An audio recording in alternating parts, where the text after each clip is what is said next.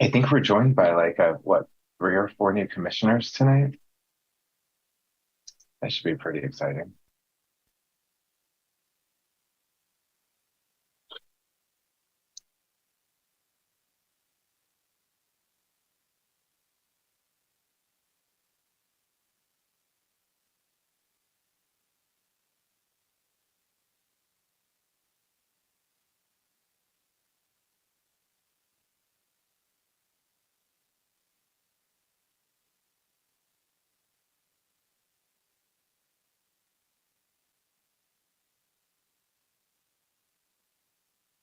And then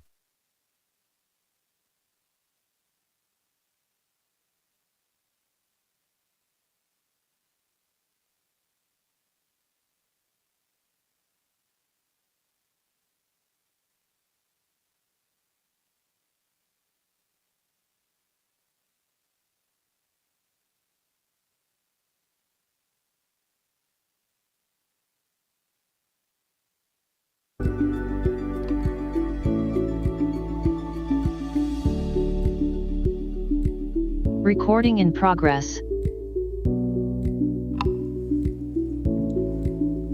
Good evening, everyone. Welcome to the January 26, 2023 Planning Commission meeting. This meeting is being conducted consistent with Assembly Bill 361, Government Code Section 54953, subsection E. The Planning Commission meeting includes teleconference participation by all members. We are conducting the meeting using the Zoom platform, streaming live on the city website and broadcasting on Comcast Channel 15, as well as via the city YouTube channel. Public members have the opportunity to submit emails to city staff. A report of all written comments was distributed to Planning Commission members via email and posted to the city's website under documents received after published agenda. Ms. Matakesh, can we have the roll call, please? Yes, Chair. Commissioner Stevens? present. Commissioner Goodbody? Here. Commissioner Patterson? Present. Commissioner Garg? Present. Commissioner Bonilla Jr.? Present. Commissioner Ali Sullivan? Hi, everyone. Present. Thank you. The public comment section provides an opportunity to address the Planning Commission on items not listed on the agenda. The Planning Commission welcomes comments and requests that speakers present their remarks in a respectful manner. Speakers wishing to address the Planning Commission should limit their comments to 3 minutes. I will ask Ms. Matakesh to moderate the public comment portion of the meeting. At the end of the public comments, we will address any questions that come up. Excuse me, Chairwoman, could we do the Pledge of Allegiance first? Absolutely. Okay. Thank you.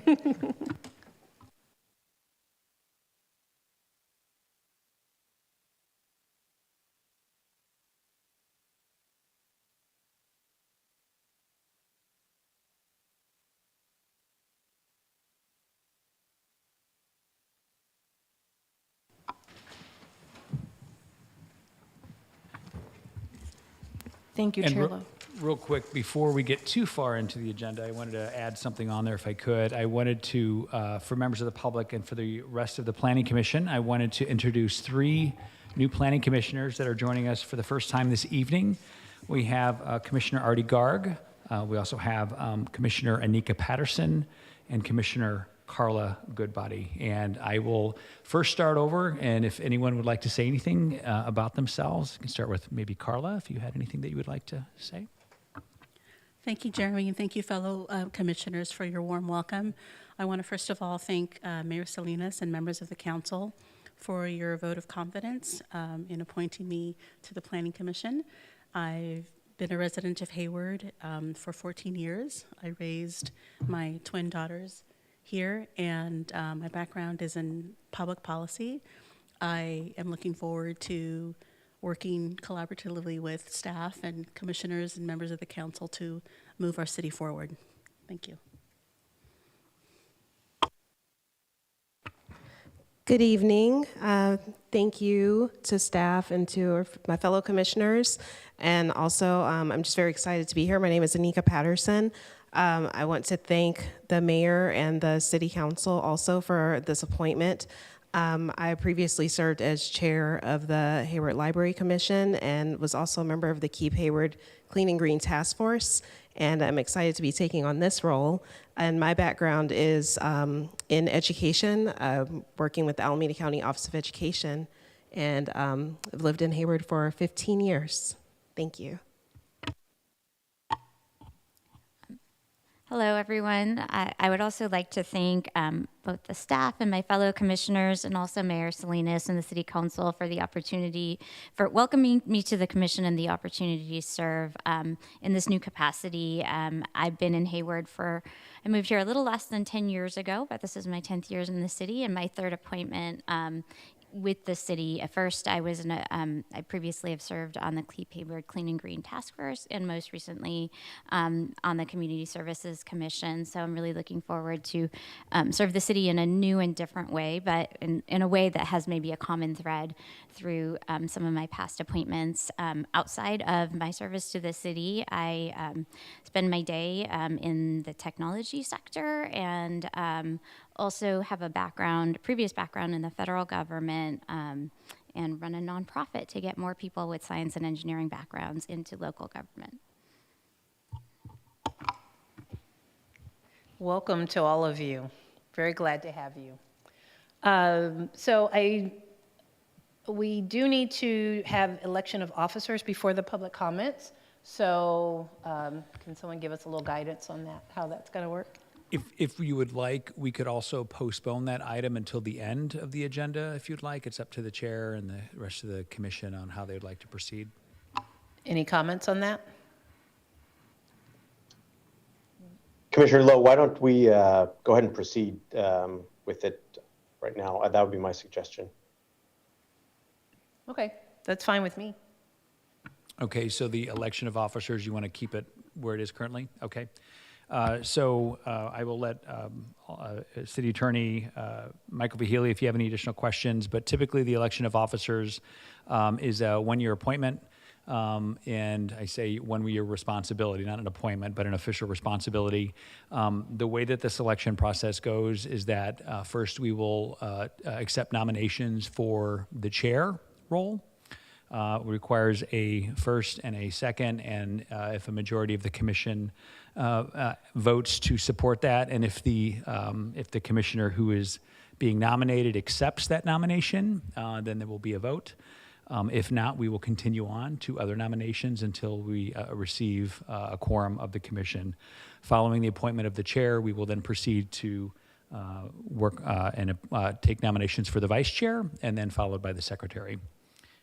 So with that, I will turn it back over to the chair if there's any nominations to serve for the 2023 year. Are there any nominations for the chair? I would like to make a nomination for Commissioner Lowe to be the chair. I actually would like to make a nomination for Commissioner Ali Sullivan to be the chair.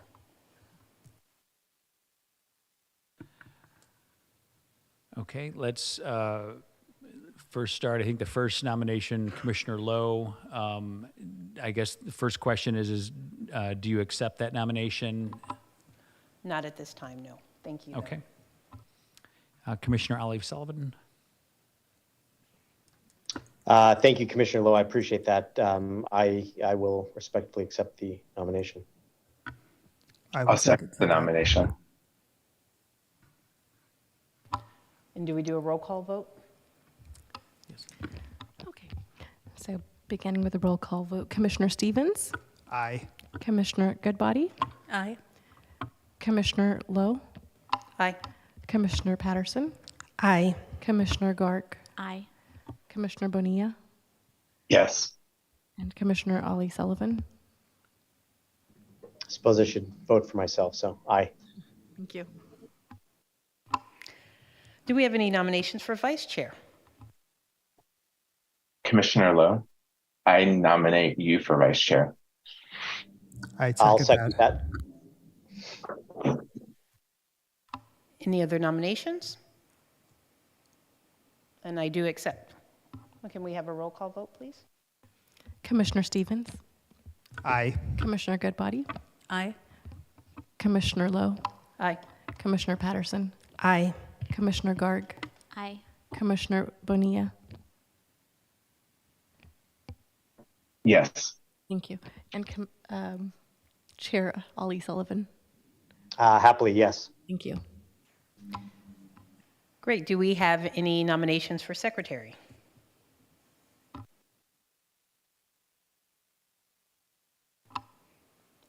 I nominate Anika Patterson. I'll second that.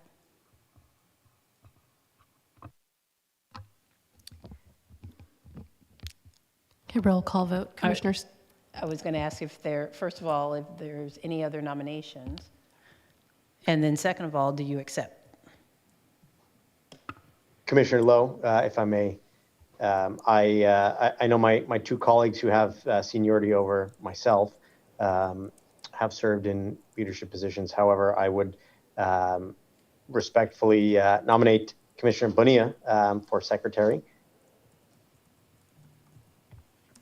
You're so wonderful. Thank you for that. But I'll respectfully decline at this time. And if I may be so bold, my second colleague, Commissioner Stevens, out of full deference to your seniority, I would also respectfully nominate you for secretary. I appreciate that, but I will respectfully decline as well because I've actually had that post before. So thank you very much.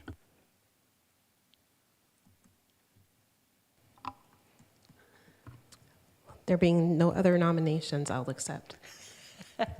May we have the roll call vote, please? Commissioner Stevens, Yes. Commissioner Goodbody, Aye. Commissioner Lowe, Aye. Commissioner Patterson, Aye.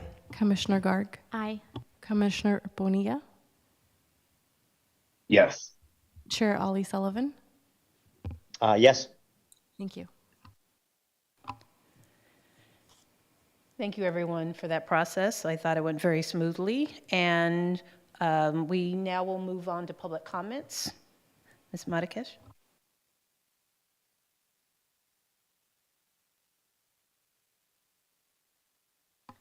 Thank you, Chair.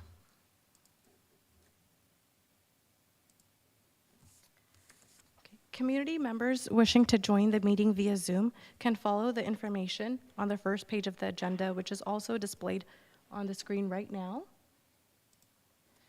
Planning Commission members and members of the public participating by Zoom wishing to speak should use the raise hand feature.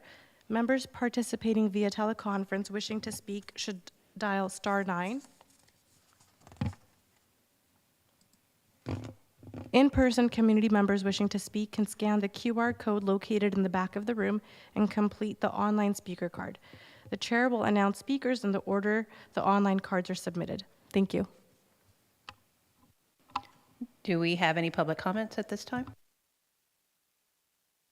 We do have two online members of the public. We have Ms. Ro Aguilar.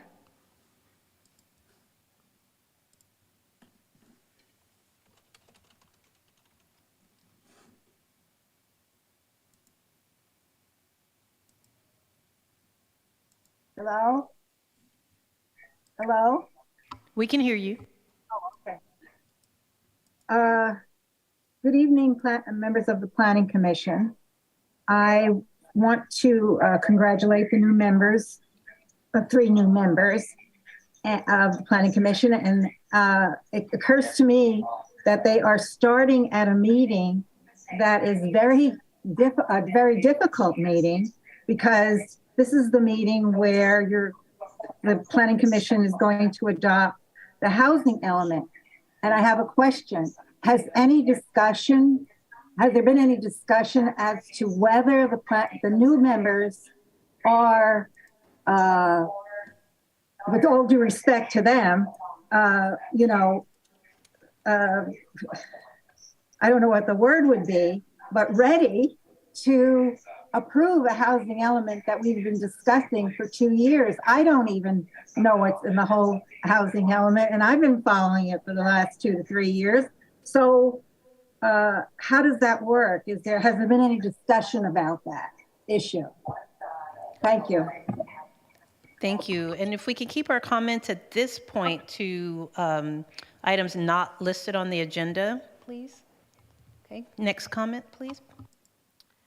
We have a member of the public, Shane Gill.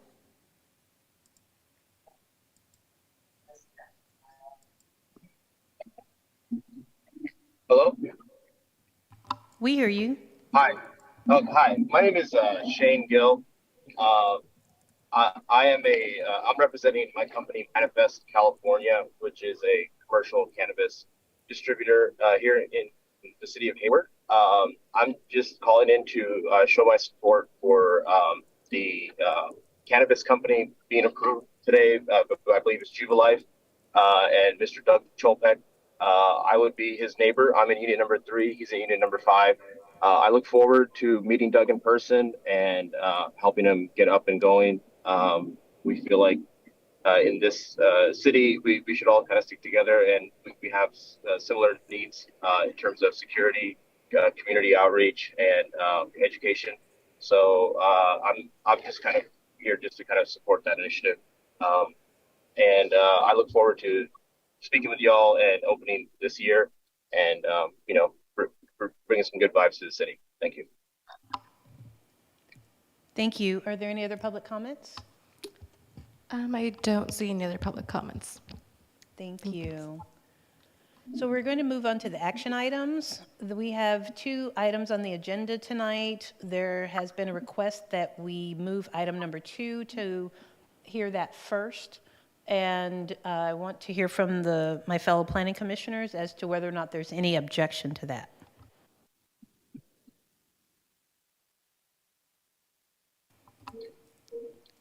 And I want to make sure my colleagues online also had an opportunity to object if they would like.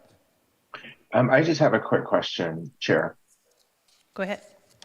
Considering what Ro just said, Ms. Aguilar, are the new commissioners ready to discuss this topic, or would they prefer to table this to the next Planning Commission meeting? If I can just intervene here, all 3 of the new planning commissioners were given the agenda packet, similar at the same time that all of the other commissioners were given the agenda packet, and so they've had an equal opportunity to read the staff report and review all of the documents, and so they are ready to take action if the commission decides to make a recommendation on this item tonight. Thank you. Sorry, Chair Lowe, I was disconnected there for a moment and I missed Commissioner Bonilla's comment. I apologize. No problem. He was asking whether or not the new commissioners felt that they were prepared for tonight. And then Jeremy pointed out that all of us received our materials at the same time. If I could just also And in particular, I was just referencing the housing element because it is quite a complex topic to be discussing in your first meeting. But if they're ready to go, then I think we all are. I would also just add that if any of the commissioners do not feel that they are in a position to make a recommendation or decision on this item tonight, they have the option to recuse themselves.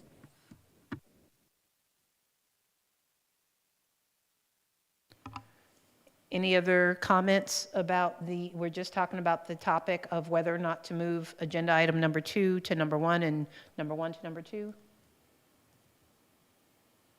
Right, hearing no objection. I don't think we need a motion for this, right? We can just do it? You can go ahead and move the item to first. Okay, so our first agenda item will be a proposed cannabis microbusiness with manufacturing, distribution, delivery, and ancillary retail activities located at 23,000 Connecticut Avenue, Suite 5, assessor parcel number 439-0036-119-00, requiring approval of conditional use permit application number 202-001-006. Douglas Chlopek, applicant, John Cook, property owner. And may we hear from city staff on this agenda item, please?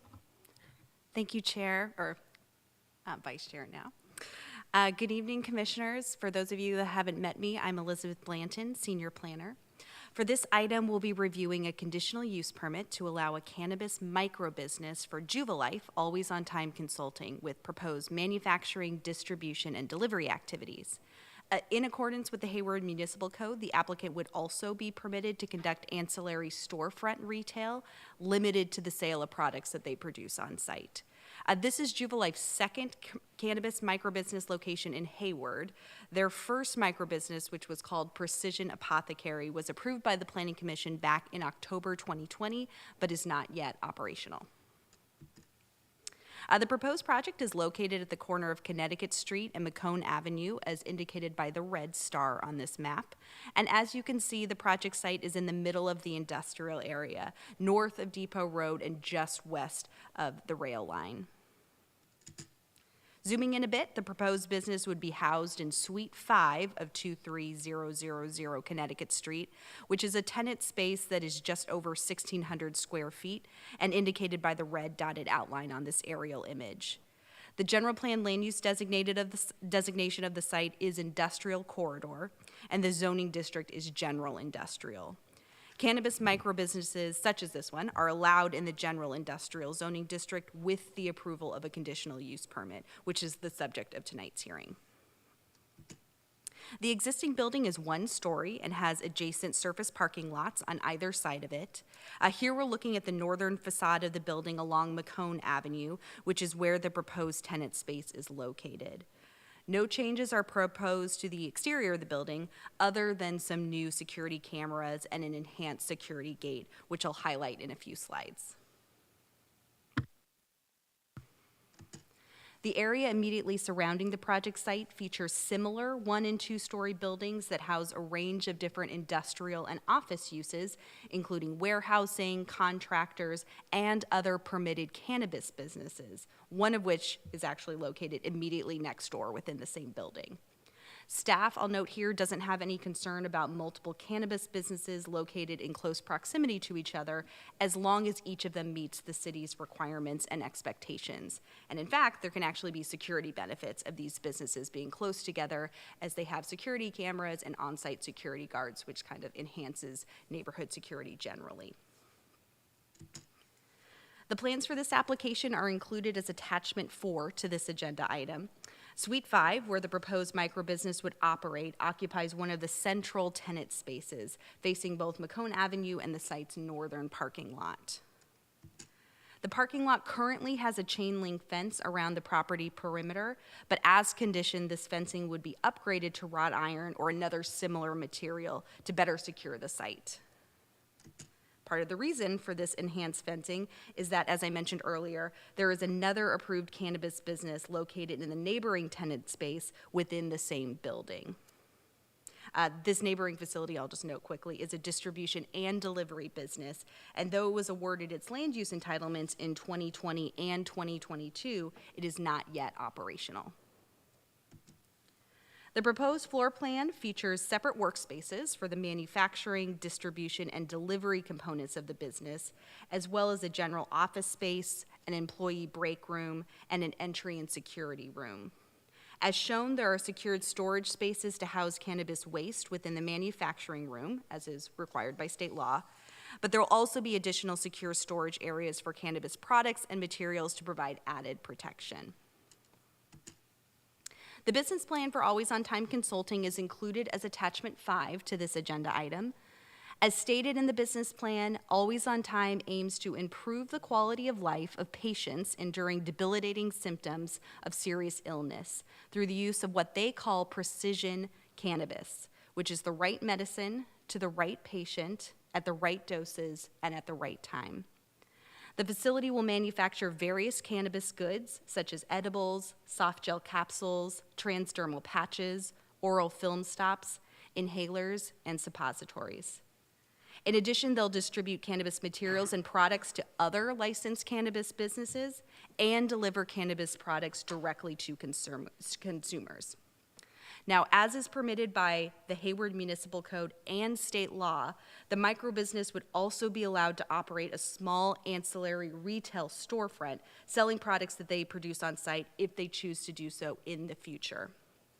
The facility will be operational 24 hours a day and 7 days a week, with the exception of the delivery component, which will be limited to the hours of 6 a.m. to 10 p.m., again, as required by state law.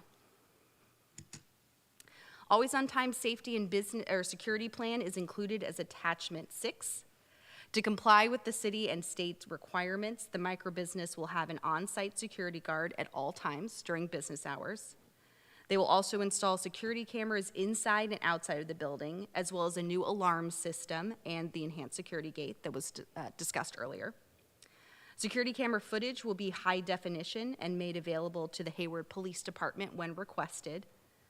Delivery vehicles will be equipped with lock boxes to ensure the safety of the company's drivers and protect the security of the product. And in addition, all employees will wear security badges to allow for close monitoring of personnel moving throughout the facility. Attachment 7 is Always on Time Sustainability Plan, which contains a matrix listing some of the company's various sustainability initiatives and objectives. Some of the proposed measures include installing a properly sized and energy efficient heating and cooling system, following the EPA's waste minimization hierarchy, providing incentives to employees who use alternative transportation, allowing telecommuting when possible, and purchasing products made with post-consumer recycled content. As detailed in the staff report and the findings for this item, the application is consistent with the requirements, goals, and policies of the general plan, and this includes supporting the plan's goals and policies around attracting emerging sectors to the city and supporting entrepreneurship.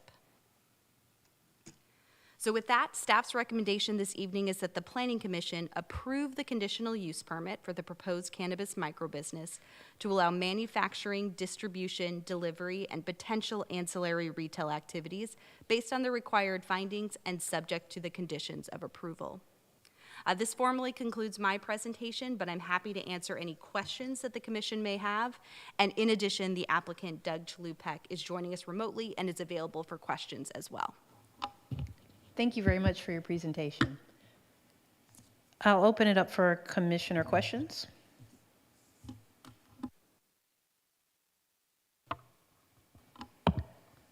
Go ahead. Thank you.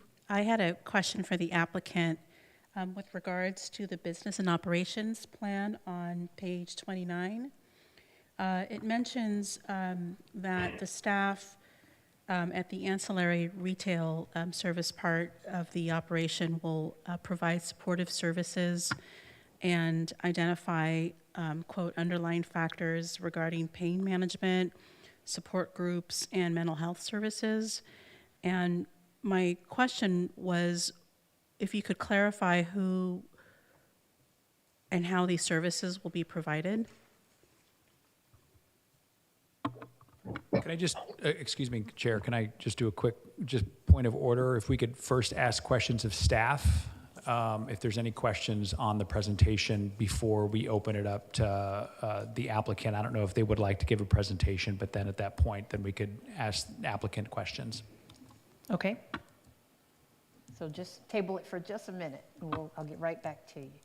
And any questions for staff?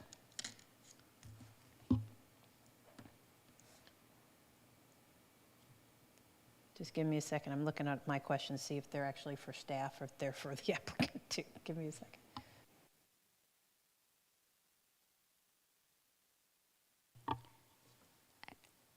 I have one question. Go ahead.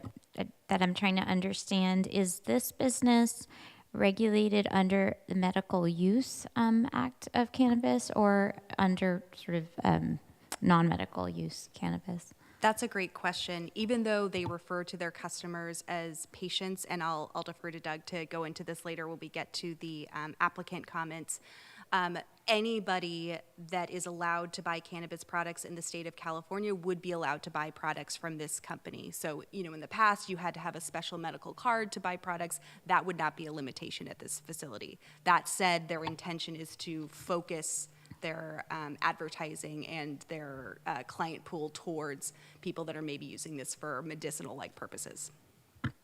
So just to further clarify from this, that there's none of the customers of this business would require any kind of medical prescription or care.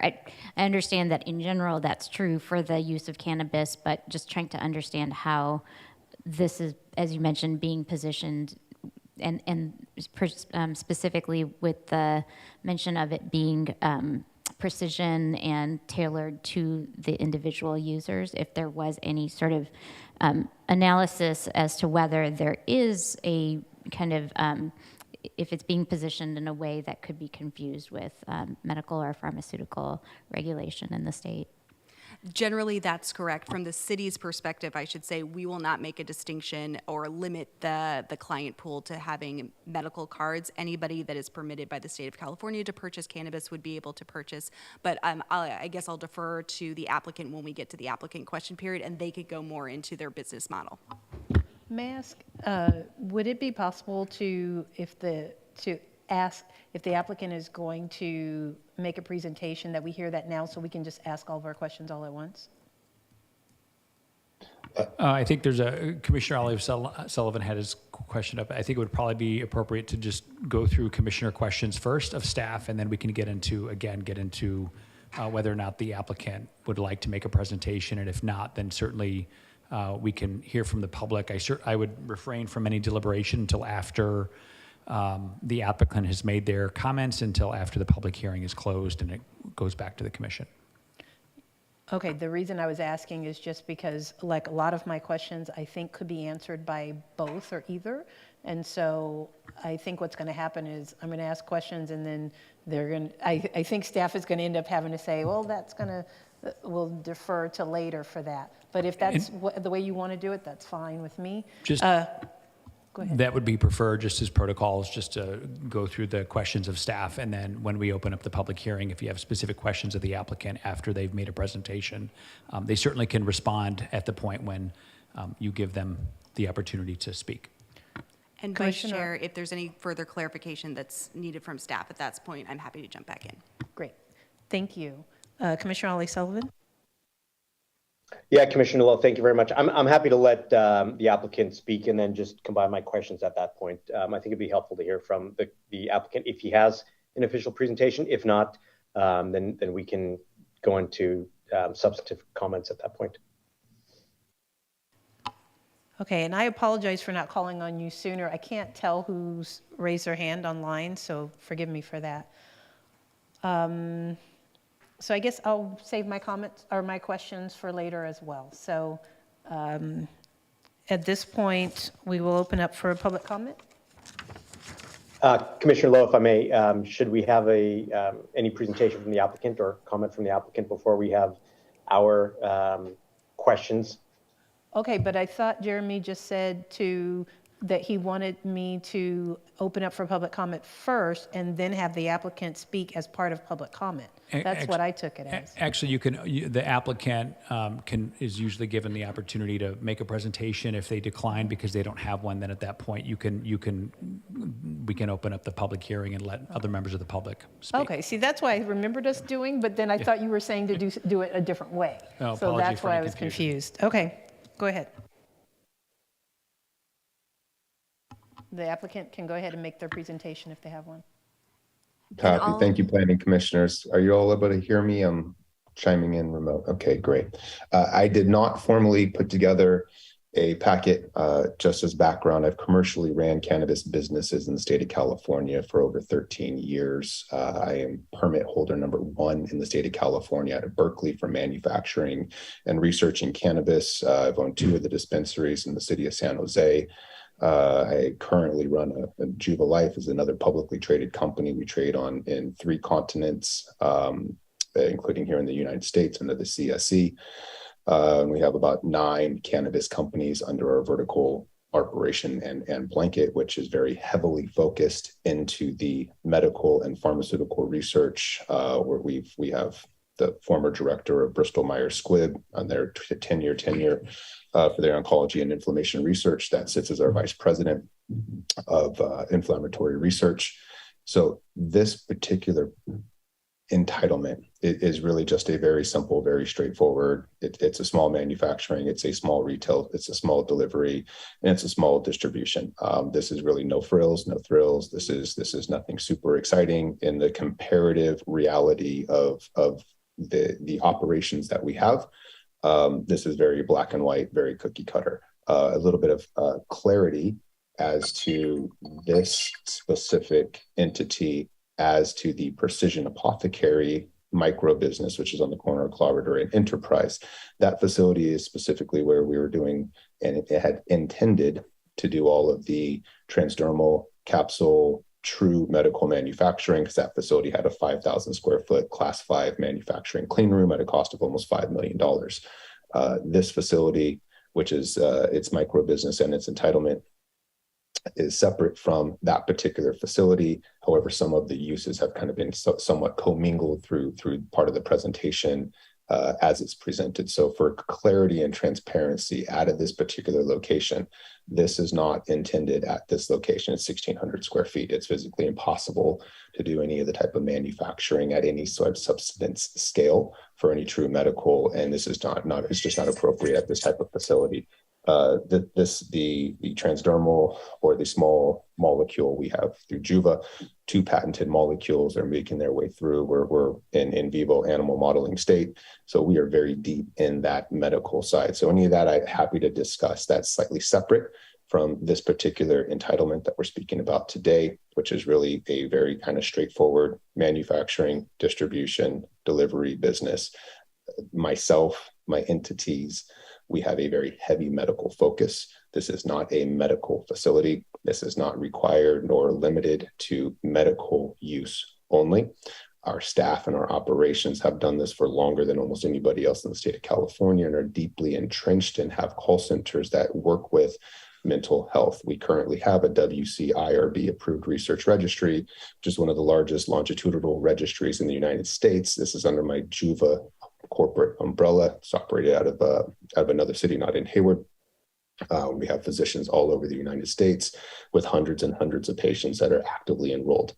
So I just want to be real clear about the kind of difference. I think some might have been slightly commingled, and hopefully that may have answered some of the questions that may come, and any other questions I'm happy to address at any time. Thank you very much. Any commissioners have questions?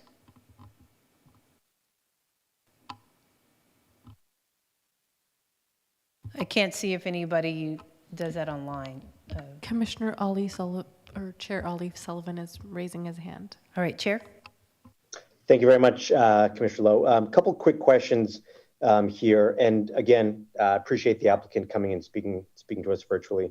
The medical use piece, and I appreciated Commissioner Garg's comments as well. It was a little bit confusing to me because in the presentation, speaking about targeted use at the right time, the right person, the right, this and that. To clarify, this is recreational use. This is not medical use, correct? And so I guess for the applicant, who is your target customer here? Is it a medical user or is it a recreational user? I'm sorry, yeah. For this particular license, this is and just to be real clear, there is no differentiation in the California cannabis space between an adult use medical versus adult use recreation. It is all classified, looked at.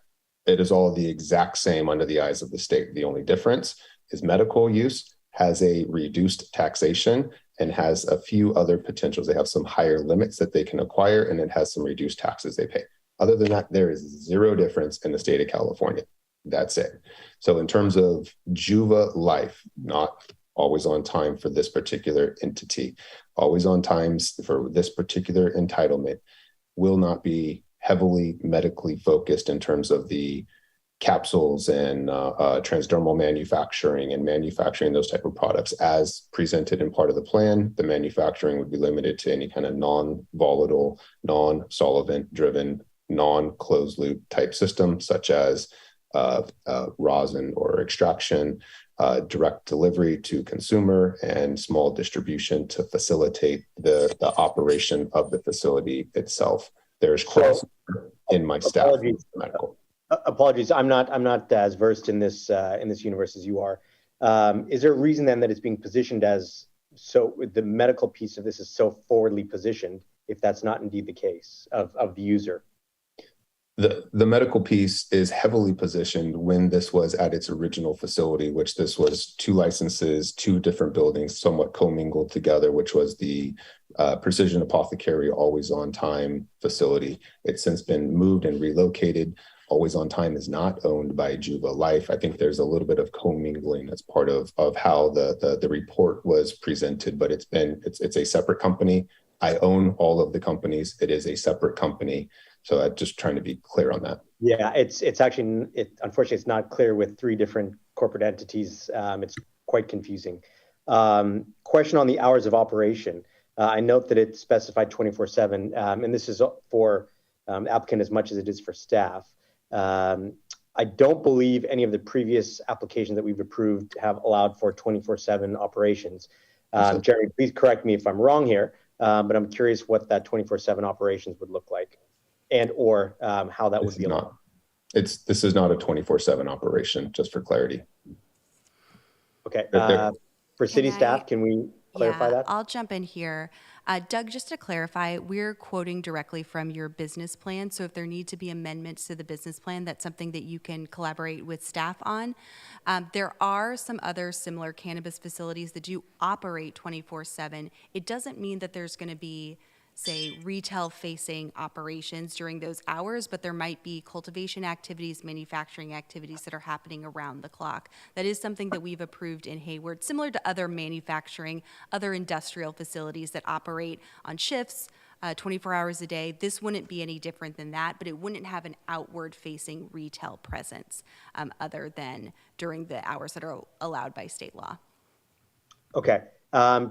Again, further clarification, it notes that there are potential for future retail services from this location. For city staff, can we clarify that that is an open-ended allowance? Correct. So the municipal code allows up to 10% of a micro-business space to be used for ancillary retail, storefront retail, that is limited to products produced on site. So it would only be products produced at this location, not at the other location in Hayward or anywhere else that could be sold from this site. When this application first came in, ancillary retail was part of the application. They've since moved back from that, but since it is allowed per a municipal code, it is permitted by the state as well as part of a definition of a micro business. We wanted to keep that flexibility in here in case that changes in the future. The ancillary retail component, if it was decided to be added in the future as conditioned, they would still have to return to the planning division and the police department to make sure that the security and the operations plan is similar to other micro business operations. Okay. For the applicant, to clarify, you have an existing allowance from city for operations at a separate site. Is that correct? Correct. I don't believe you've started any operations there. Is that correct? We have not. Okay. Is there a reason why, I guess just over the last 2 years, you have not started operations since it's been approved? Yeah, because the city of Hayward's process is functionally broke, and the state of California's cannabis economy is functionally flawed, and the cost of our products have increased by 4-fold. The commodity itself has decreased by 50%. And the infrastructure to actually build these things when the will was there 4 years ago is very, very different 4 years later. And it just takes so long to get to the process. So market has changed, items have changed, and this just happens to be the state of the union of where the cannabis industry in the state of California currently is. To that point, why then are you seeking a second application from the city of Hayward? Because this is a very different site. It's a very different site. I've worked for 4 years to get this application to this point. We followed all the rules. We paid all the money. To be perfectly honest, I feel that we should be awarded our permit because we've done everything that we need. If you sense a bit of frustration, that frustration is true because the industry is very hard. The city's putting other additional onerous regulations and additional taxation. It doesn't help, but it's where the industry currently is. We do have plans to get this facility up, operational, and moving very quickly.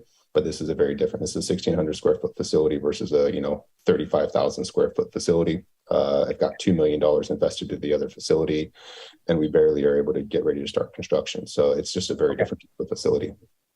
Jeremy, my last question. I believe on my time now with the Planning Commission, I've approved, believe now it's been, or I shouldn't say I've approved. We have seen at least 3 applications come through the commission. I don't believe any of them have begun operations. At least in one case, I don't think there's been any movement on the physical property that that the site is supposed to be operating in.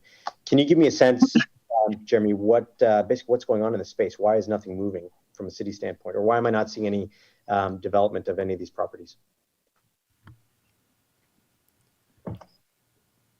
And I guess to the point, is it city restrictions and or holdups, or is it applicant concerns? I can jump in quickly and then let Planning Manager Licurico add any more information. We actually do have a couple of micro businesses similar to this one. They have a little bit of different structure that were also first round applicants similar to Juvalife that are operational in Hayward. They've gotten their final approvals and they've been issued their business license to operate. Generally speaking, from what I've heard from staff perspective, which is going to be different than Doug's perspective as an applicant, so he can also flesh out some of this, some of the challenges, are it's a number of things. First of all, the first round applicants were our guinea pigs going through the process. We definitely had things that were less streamlined the first time around. Staff has actually undergone an update to our code, so moving forward, processing cannabis applications should go more smoothly. Doug, unfortunately, his applications are in the first round of things. Secondly, financing for cannabis applications is different than for other businesses, as they're not able to apply for conventional loans and different things that different businesses would be able to due to cannabis not being federally allowed. So that, for some cannabis businesses, has limited their ability to continue moving through their application process. And then in addition to city approvals, the businesses also need state approvals. And from what we have been told, again, just from other cannabis applicants, there is a backlog of application processing at the state that some of our applicants have told us that it's taken 6-9 months to get approvals from the state, which they can't even start that process until they finish the city process. So we hear from applicants that it's frustrating. We're trying to do what we can on our side, on the city side, to streamline the process, but it's a heavy regulated industry, not just by us in the city, and that's caused some of the slowdown. Jeremy, I don't know if you have anything to add to that. No, I think you pretty much captured everything. Thanks, Elizabeth. It's We've heard a lot of frustration from a lot of the applicants that went through that first round, just given the amount of time, but when we passed and adopted our cannabis laws in 2017, the city took a very conservative approach on how we wanted to screen applicants. This was a new emerging industry. There were a lot of unknowns in that industry. And so we basically developed a set of regulations that modeled other great jurisdictions that already had legalized cannabis in a medicinal format for medicinal purposes when the medical marijuana was allowed before recreational became legal. And so there weren't a lot in the state of California from a recreational perspective. And so there was a lot of policy discussion back and forth. We adopted that program, and we at the time, we developed the following direction from council, an RFP contest, which was basically, looking and evaluating the best applicants. At the time when the first round applicants were chosen, none of them had site selection. That was actually intentional. We, the council and the city at that time, really wanted to make sure that we were getting quality applicants that knew what they were doing. They understood the very heavily regulated framework that had to be endured. And so the screening that we did was to see and really find other applicants that had previous experience in this industry because it was so new. And so once they got the license in 2018, which was when all of the cannabis applicants, the first round, were awarded licenses, then they had to go out and find a site. And as you can imagine, finding a site that's viable, it's zoned correctly with all of the regulatory needs of that particular applicant. That takes time. Many applications that we see come before the commission, by the time they submit those use permit applications, already have a site location.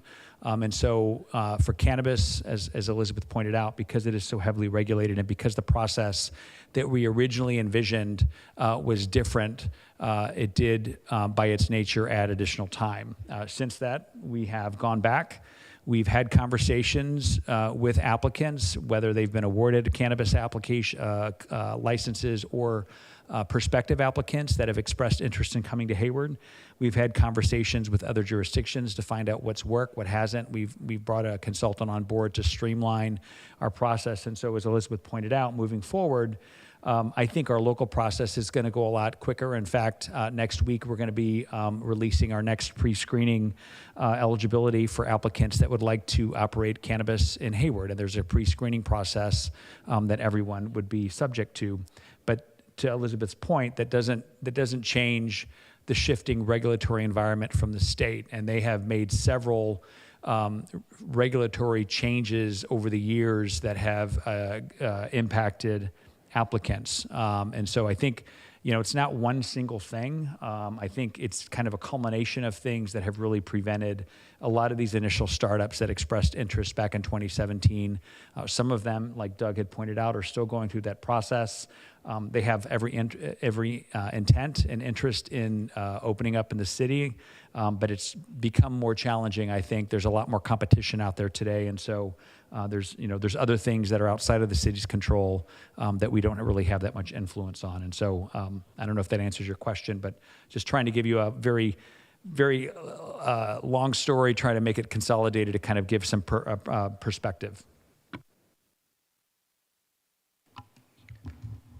Commissioner Ali Sullivan, did you feel like your questions were all answered? Thank you very much, Commissioner Lowe. Appreciate it. I'm good. Thank you. Commissioner Bonilla, did you have anything? No, pretty straightforward. Okay, I just can't see if your hand is raised, that's all.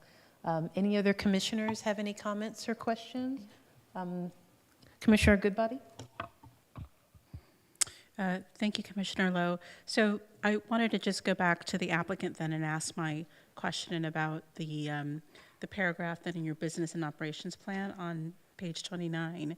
So if the focus is not going to be for your medical use customers, then is the paragraph about providing supportive services and helping customers with mental health and physical conditioning, is that necessary to be part of your business and operations plan? Because it kind of infers that you'll be providing those services on site. No, I think that's just how it's being read or interpreted. It's never intended to offer any of those services on site. We have, for the last 13 and a half years, worked with tens of thousands of patients in varying medical capacities, from AIDS to wasting to cancer to leukemia to children, which we can't see now because of some of the changing regulations, to those on hospice. And we offer all of those services that we assist with. We have a depth of knowledge that reaches beyond most in the industry, and we have the ability to assist those that cannot find relief in other places.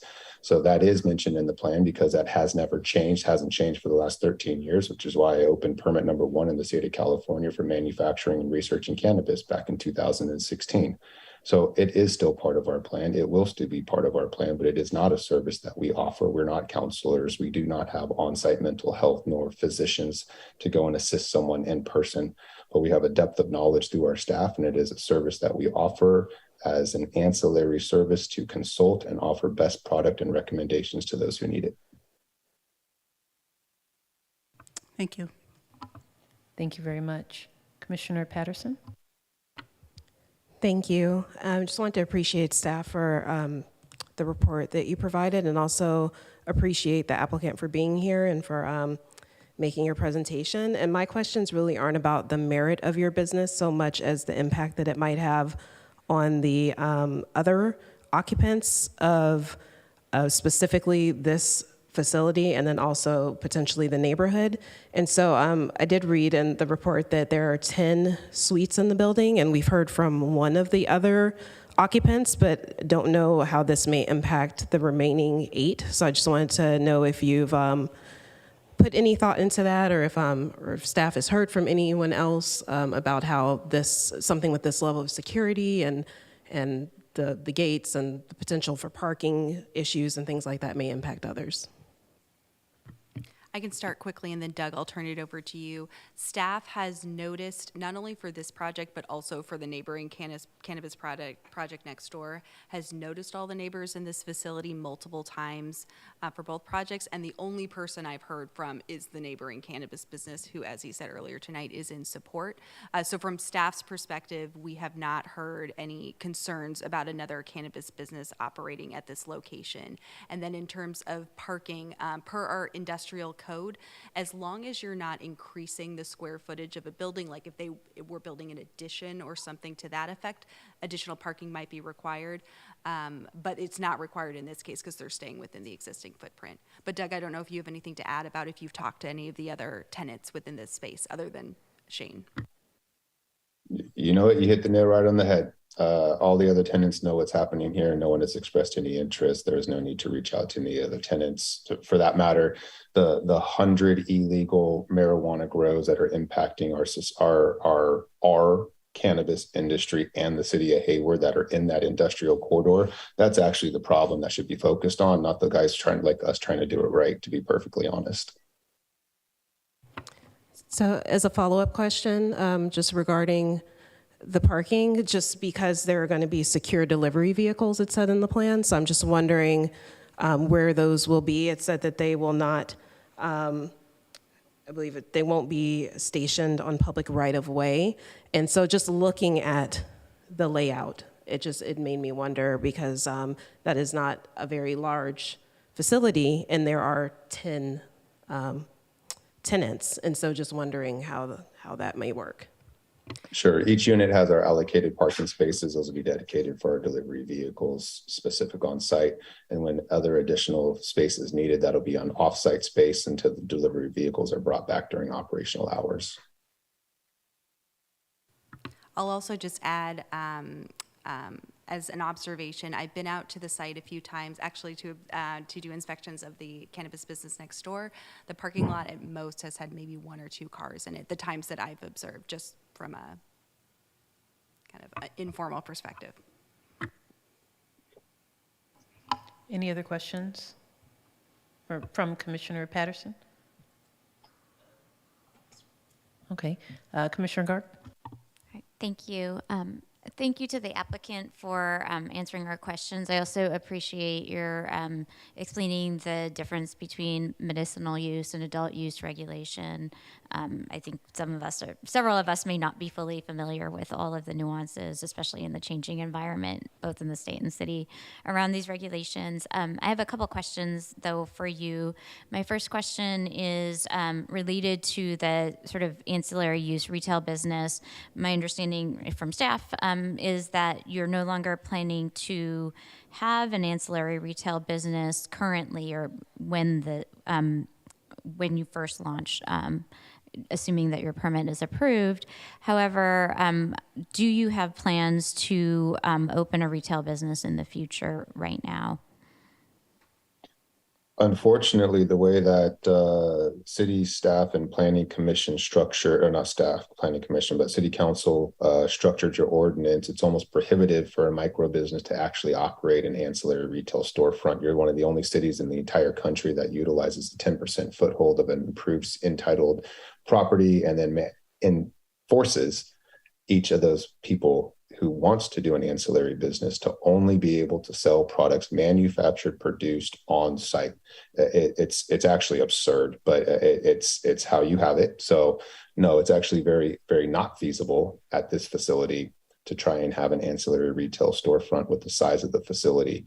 If it were relocated to another facility, if I had a different partner and we had a much larger facility and we had that plan like we do at the Enterprise Corridor, because of the magnitude of cultivation and the big manufacturing and the scale of it, we could actually make it a viable business. It's a functionally flawed ordinance in the way that it's designed, and you're the only city that has it. It's actually very bad. So no, this particular facility is not planned to have a retail storefront. It's not conducive to that. And when we tried to vet it out, it didn't financially pencil out. So it's impossible with the way that your ordinance is currently written. Should you change your ordinance, then I would definitely revisit that.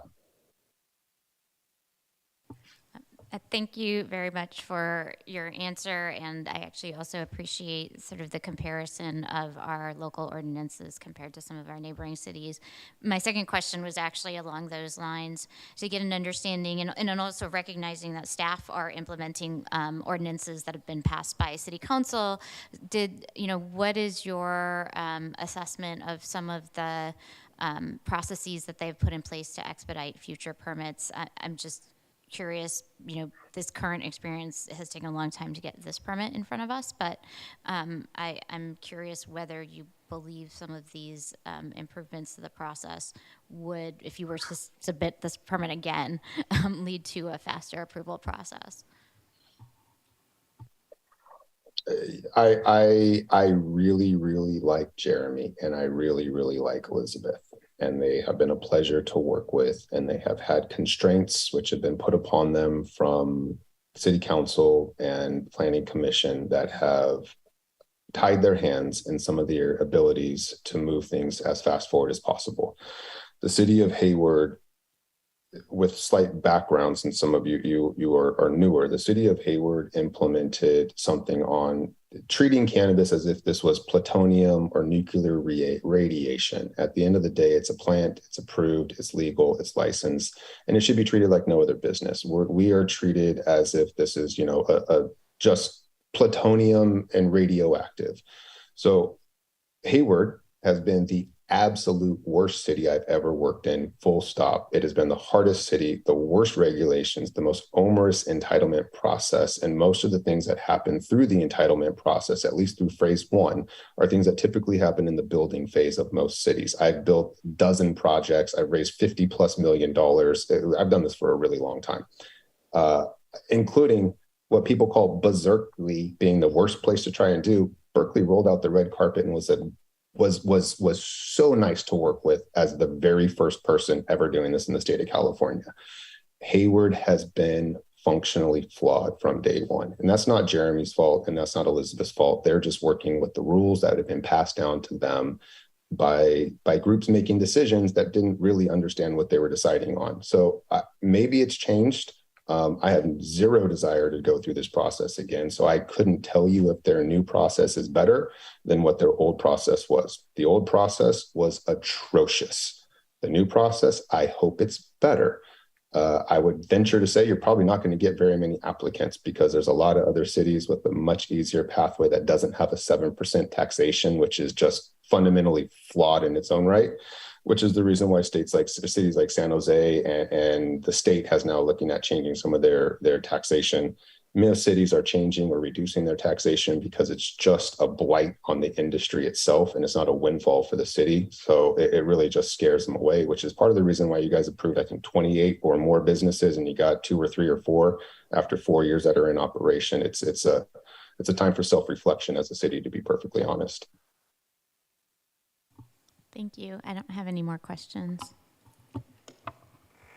Do you have another question? I just had a comment that I actually went out to the site earlier this week and spoke with the tenant in Unit 7, and he had no opposition to the project. Yeah. Any other commissioner questions or comments? Okay, so I have some. I also went out to the site and I didn't speak to anyone, but I did go out there. So I believe you said, or I feel like someone said there were going to be 10 delivery vehicles. Is that correct? I don't believe there's a number of delivery vehicles specified. Doug, I'll defer to you, though. No, I think you may have read something that said we may have up to 10 deliveries weekly. the site uses other brands, and we bring in, just like any normal retail store, like Safeway, they got, dozens of trucks that come in to bring in their groceries. So by acquiring product from licensed distributors, there would be distributor vans that would come up through the secured process which is compliant with the state and local. And we would intake deliveries from those delivery vans, this is technically a distribution van, which would be different than our delivery drivers that are directly employed in a delivery vehicle that meets all the compliance and lockbox and safety. The delivery drivers would be going out to a retail customer or out to a home or to a medical patient, making a delivery at their place of business, their home, or whatever facility they're at, and then coming back to the facility. Different than a distribution delivery, which is from a distribution company that may have 1 or 20 or 100 different products that they carry. And then we're purchasing those products and then at a wholesale price, and then we are reselling them back out.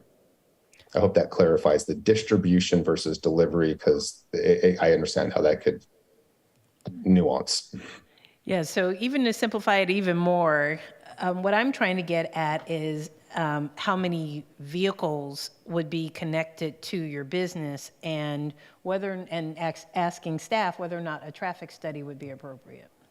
I just don't know how many, that's all I'm asking. A traffic study is typically warranted when there's 100 peak hour trips anticipated for the use. This application was routed to our transportation division, and they determined that that would not be the case for this site. Okay, thank you. That's what I was looking for.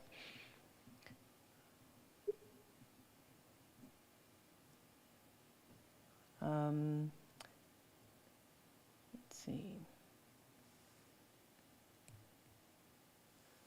So, let's see which one I'm looking at, because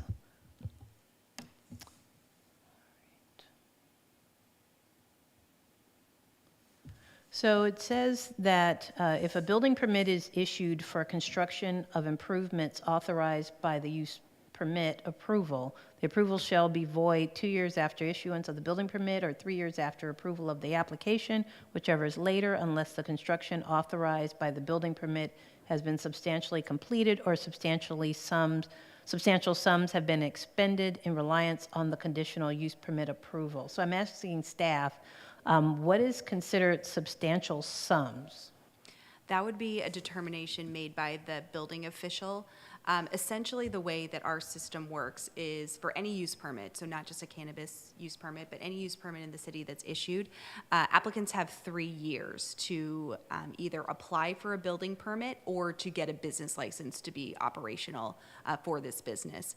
What we're seeing for a lot of our cannabis businesses is they get their entitlement approved by the Planning Commission or by staff, depending on what level was necessary. And then within that 3-year window, they will start the building permit process. Once they're in the building permit process, as long as they're making progress on their building permit every 6 months, so that making progress could be they resubmitted plans based on a punch list. They requested an inspection of their facility for some component of it, for the electrical, for the plumbing. As long as they're making continual progress on it, that building permit will stay active. Once the building permit review part, the plan check part is done, then the permit's considered issued, and then once all the inspections are done and the building's actually constructed, it's considered final. So there is some language in the code that says basically building permits don't have to go on forever, and if a building permit's already been approved, then if it's approved but the building is not final, is not constructed, there's no movement on it for like a 2-year period, then the building official can come in and make a determination. But again, as to what it's considered substantial, to my knowledge, there's nothing in the code that defines specifically what that is. I think it's a determination that staff would make at that point. I'll say from my experience, and I have 2 more, much more experienced planners here with me, that is fairly rare. Usually what happens is a building permit will expire because there was a lack of activity on it. Now, anytime I see words like that are so overbroad, it raises a red flag for me that we aren't being specific enough to alert the applicant as to what's actually required. So that's why I brought that up. There's another part under the project plans where it says on page 4, if average weighted greenhouse gas emissions intensity is greater than the local utility provider's greenhouse gas emissions intensity, the business will provide evidence of carbon offsets or allowances to cover the excess in carbon emissions from previous annual license periods. So my first question is, what does that mean? And then my second question is the applicant saying that he's not going to do 100% renewable through East Bay Community Energy, or what's going on with this one? Good question. This is not a requirement of the city, so I'll let the applicant respond for why this was included. Really, it was included because everyone is so environmentally conscious and the applications are scored on part of that, to be perfectly just blunt with you. We don't expect to exceed any of it, but if we did exceed any of the emissions based on some of the emission standards set, then we would look for some offsets, which is very standard in any industry. But we do not expect that to occur. But if it did, then we would seek it out. So are you planning to purchase electricity from East Bay Community Energy that's 100% renewable? We're planning on purchasing from our standard energy supplier. I'm not sure exactly which utilities are directly at the building right now. We haven't got deep into the building section to review that. So it would not be 100% renewable necessarily? If we needed to switch to some renewable form of energy to meet some emission standards, then we would, but the intent as of today is not to increase our costs. We need to do everything to decrease our costs while staying within our regulations.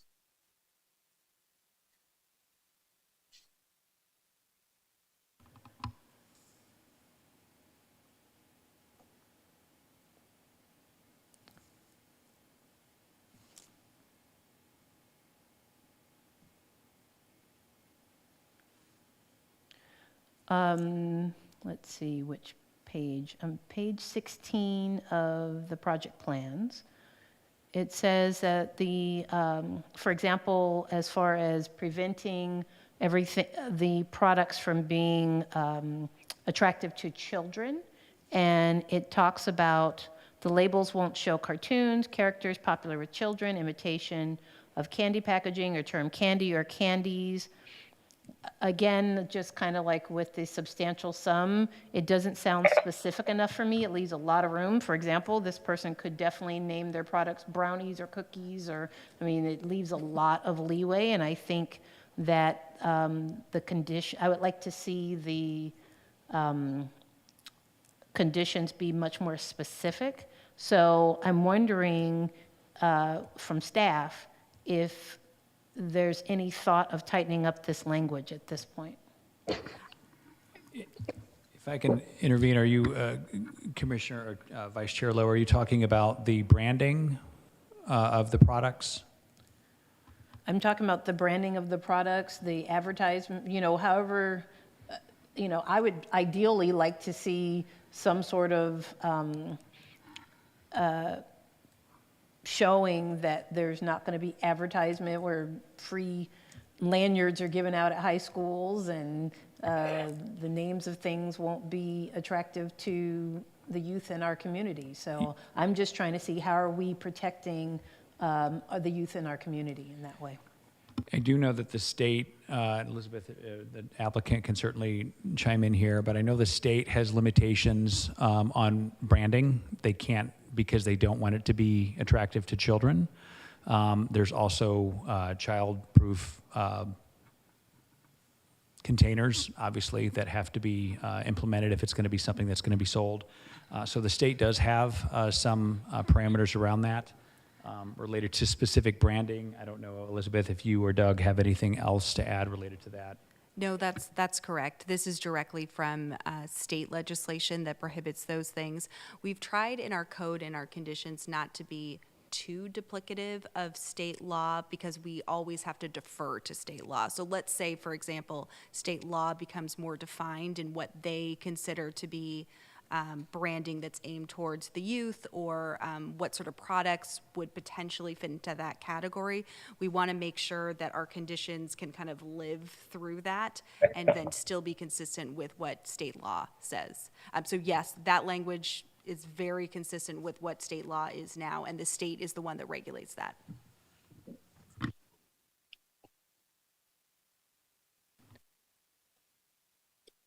If you're looking to hear from me, the state law regulates it.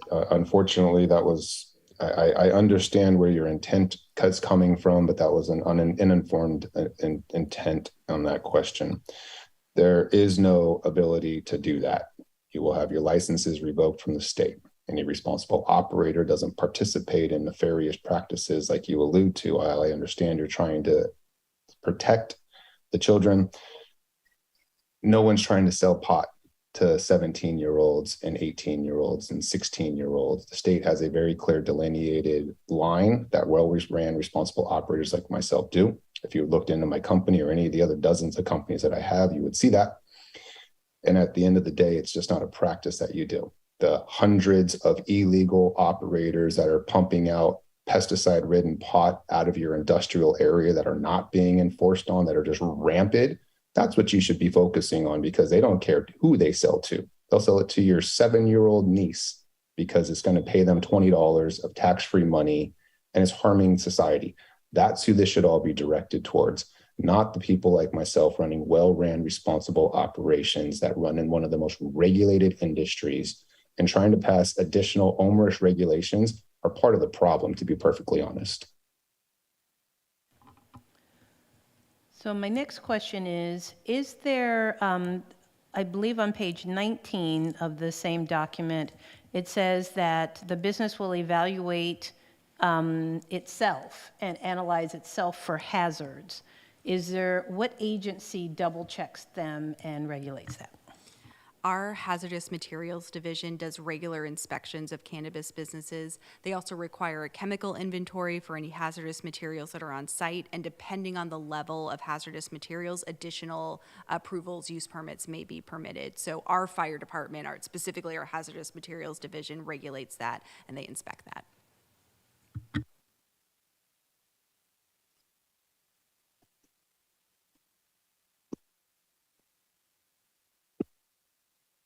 So this is for the applicant. It said on page 2 of the sustainability plan that you plan to hire local diverse talent. What are your target numbers for that? How do you plan to achieve that goal, and what exactly is the goal? We always hire local in every city that we're in. Unfortunately, the labor pool is as depressed as it can be. And unfortunately, after 2 years of pandemic, everyone feels as entitled as they can be and feels their worth as an employee is triple what their actual value as an actual employee is.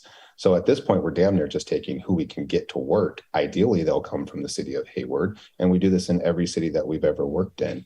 Local hires make the best people. They have local connections. They have friends. They refer their friends. So you always want to hire local. That is absolutely the goal. If we can't find local, then we'll have to hire where we can actually get somebody who just simply wants a job and decides to show up when they're supposed to be there. That's the biggest problem that's happening right now.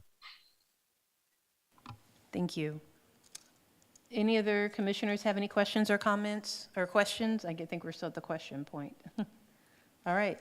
Now we can open up for public comment.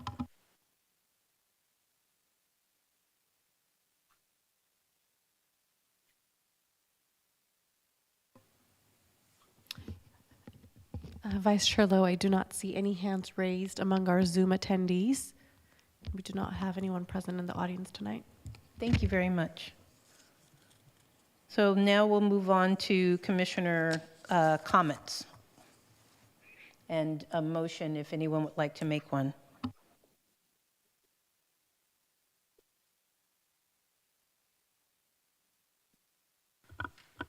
Hi, Commissioner Lowe. This is Ray. I'm sorry, what did you say? I couldn't hear you. Oh, this is Ray. I have a few comments. Go ahead. Thank you. So, first, I appreciate kind of the applicant hanging in there throughout this very long process, especially coming out of the first round of it. I do appreciate that it's a small facility. I know that there's been, a lot of screening that's went into this. There's been competitive rankings that went into this from City Council. And tonight's decision is really around a land use entitlement. If the business is not operating effectively, they have to have their permits renewed every single year. So the city has an opportunity to revoke those if necessary. But as far as this application is concerned, I think that the regulations that we have in place across the city are quite comprehensive. As we've heard, they're probably more comprehensive than our surrounding cities. And if we're here tonight and all of the conditions are met, I'll go ahead and move this item. Is there a second? I'll second the motion. May we have a roll call vote? Commissioner Lowe, can we continue with comments? Oh, I'm so sorry. Go ahead, Commissioner Ali Silva. And I don't necessarily need to go next, other folks in the room as well, but I'm happy to provide my thoughts here since I have the mic. A couple thoughts here. First off, it seems like there are significant challenges that the applicant is currently facing in Hayward. That's been very clear based on the commentary he provided. What I found quite interesting is his assertion that Hayward is, quote, the absolute worst city to work in. And yet he's coming again to the city to request the ability to work here. I also recognize that he has a pending permit here in the city. Obviously look forward to that coming to fruition.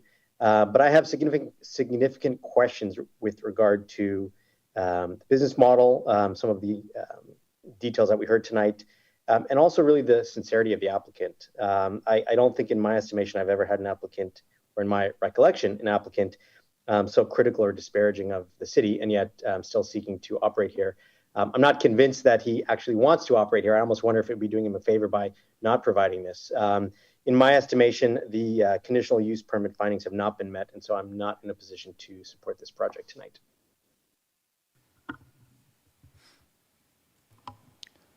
Go ahead.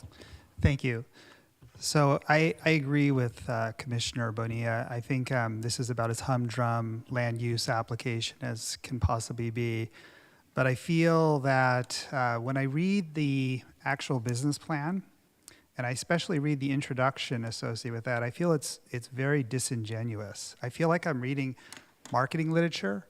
I mean, what we're essentially approving is cannabis manufacturing and selling. There's nothing about medical facilities here. I see a lot of claims about medical benefits, but I see no actual research documenting that and proof associated with that. So, I'm in support of this, but I wish these business plans could be a little more consistent with what the true intent is and not try to create mystery surrounding it.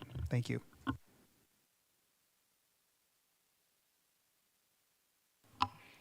I too am very concerned that I do think the business plan comes across as disingenuous. I don't think that it just reads as if kind of what I believe the applicant said, he said, I'll be honest, I just wrote down what I needed to write down to get what I need to get at the time. And that is very unfortunate. I am not, this one doesn't feel right. And that's all I have to say about that. Any other comments, or shall we take a roll call vote? Go ahead, Commissioner Patterson. Thank you. I just want to echo the thoughts of Commissioner or Chair Ali Sullivan and Vice Chair Lowe.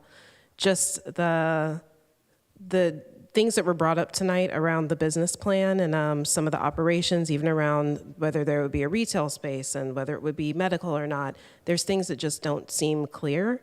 So I would have a hard time supporting this. I hear that the applicant is very frustrated and this has been a long process, but at the same time, I feel that for us to approve this on behalf of the community, we deserve to have something that is clear and just comes from a different place. I do also feel that it may be somewhat disingenuous, and the comments about the city of Hayward, while I understand them, it just makes me wonder what the working relationship would be like going forward if there's that much frustration. Any other comments? Go ahead, Commissioner Gard. Yeah, I'd just like to speak and sort of share Commissioner Bonilla and Commissioner Stevens' point of view that ultimately I think this is a land use decision. I don't think it's the place of the Planning Commission to re-adjudicate some of the ordinances that have been passed by City Council around allowing cannabis businesses to exist in the state, in the city, and what regulations they need to comply with if they do need to comply with state regulations. That's my view. I also would have preferred a business plan that was a little bit more straightforward. At the same time, if I understand correctly, this was submitted 4 years ago, and both state and city ordinances have, state law and city ordinances have changed substantially over this period of time. So I don't know if what we're reading is also a reflection of what the laws were a few years ago. And so from my opinion, yes, there's some lack of clarity, but I also think that the delay in having this permit approved and come before us might be part of the reason that we're seeing what we're seeing. Any other comments? Vice Chair Lowe, the applicant does have his hand raised, so does Chair Ollie Sullivan. Okay, thank you. I can't see the hands raised, so thank you. Go ahead, Commissioner Ollie Sullivan, I'll hear from you first and the applicant. Commissioner Lowe, I think at this point, city staff can correct me, but I do believe that protocol is that we don't hear from applicants once we've shifted to this point. Just to clarify, my concern is not about adjudicating whether or not the city of Hayward should have or should not have cannabis operations. I think my concern with this project is based on the business model and what I've seen tonight in regards to, again, the findings necessary for a conditional use permit. So it is not, my position is not related to feelings on cannabis properties or cannabis projects. If you look at my record, I've approved, I believe, 3 other projects in the city. And so it's not in relation to the land use, it's in relation to what I've heard tonight. Thanks. Thank you. Go ahead, applicant. You know what, I think it's imperative to address this. Entitlement and planning, and I don't mean to tell you guys, you all know what your job is. Entitlement and planning is based on the facts of the land use, not the personal opinions or the statements that you may feel about how I feel about my workings over the last 4 years with the city. It has been very difficult to work with the city. It doesn't change the fact that I have spent well over $2.6 million in the city of Hayward over the last 4 years, improving the buildings that I currently have to get them to the place that they currently are. It doesn't change the fact that I've done this longer than almost anybody you probably had in front of you. What you're hearing from me is frustration. It's frustration out of very due cause because of how painful the process has been. I hear the process has changed now. We're well along. The business plan changed over the last 4 years. The business plan has exponentially changed. And what you're seeing reflected in the plan is what the business plan was 4 years ago. 4 years ago, a pound of pot was also $3,000. Today, it's $800. A pound of cannabis to cultivate 3 years ago cost you a third of what it costs today. So everything has changed. And unfortunately, part of what's in this plan is commingled when this was at the other facility, which was part of the much larger medical-based with retail store application portion. So I'm sorry that portions of the business plan may seem commingled or not quite clear. But right now, in my understanding, and I might be incorrect, entitlement is based on, does it meet the factual requirements as laid out by the city municipal code? Irrelevant if you like my business or you don't, or you like me or you think I'm a jackass. I'm sorry if that's how it's come across. But at the end of the day, the project meets the project requirements. It meets the land use. This is a land use entitlement, not an evaluation of how I do the business or how I run the business. That's the city. That's the city. Chair Lowe, just a point of order. Thanks, Doug. Usually we don't hear from applicants at this point of the meeting. We appreciate your extra explanation, but I think we'll proceed with hearing the rest of the commissioner comments and then we'll go to a vote. Commissioner Lowe, I do have one final comment and then we can go to the vote if that's okay. Fine. If I do agree with kind of the confusion around the business plan and how that could be perceived as disingenuous, because I also share those feelings. But what I would say is that the requirements, if this was medical versus recreation, are the same in the city. And the requirements are very comprehensive and very stringent in this application, and this applicant has met those. So I appreciate that there might be some, confusion around, well, has this been positioned as medical or not? But the requirements that this applicant is meeting is going to be consistent regardless if it's medical or not. And that's why I'm still supportive of this application going forward. Thank you, Commissioner. Any other commissioner comments? May we have a roll call vote, please? Yes, Vice Chair. Commissioner Stevens? Aye. Commissioner Goodbody? Aye. Commissioner Patterson? Nay. Commissioner Garg? Aye. Commissioner Bonilla? Aye. Chair Ali Sullivan? No. Vice Chair Lowe? Aye. Thank you.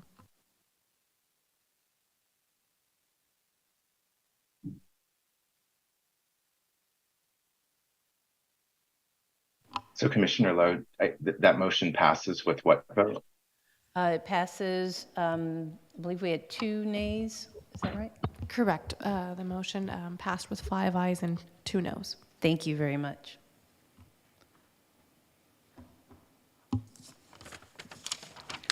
Moving on to agenda item number 2. Adoption of the 2023 to 2031 housing element for the city of Hayward. May we have the staff presentation, please? Yes, thank you so much. Good evening, Acting Chair Lowe and members of the Commission. I want to welcome our new commissioners. It's so nice to be here in person, meeting you, and seeing all these new faces.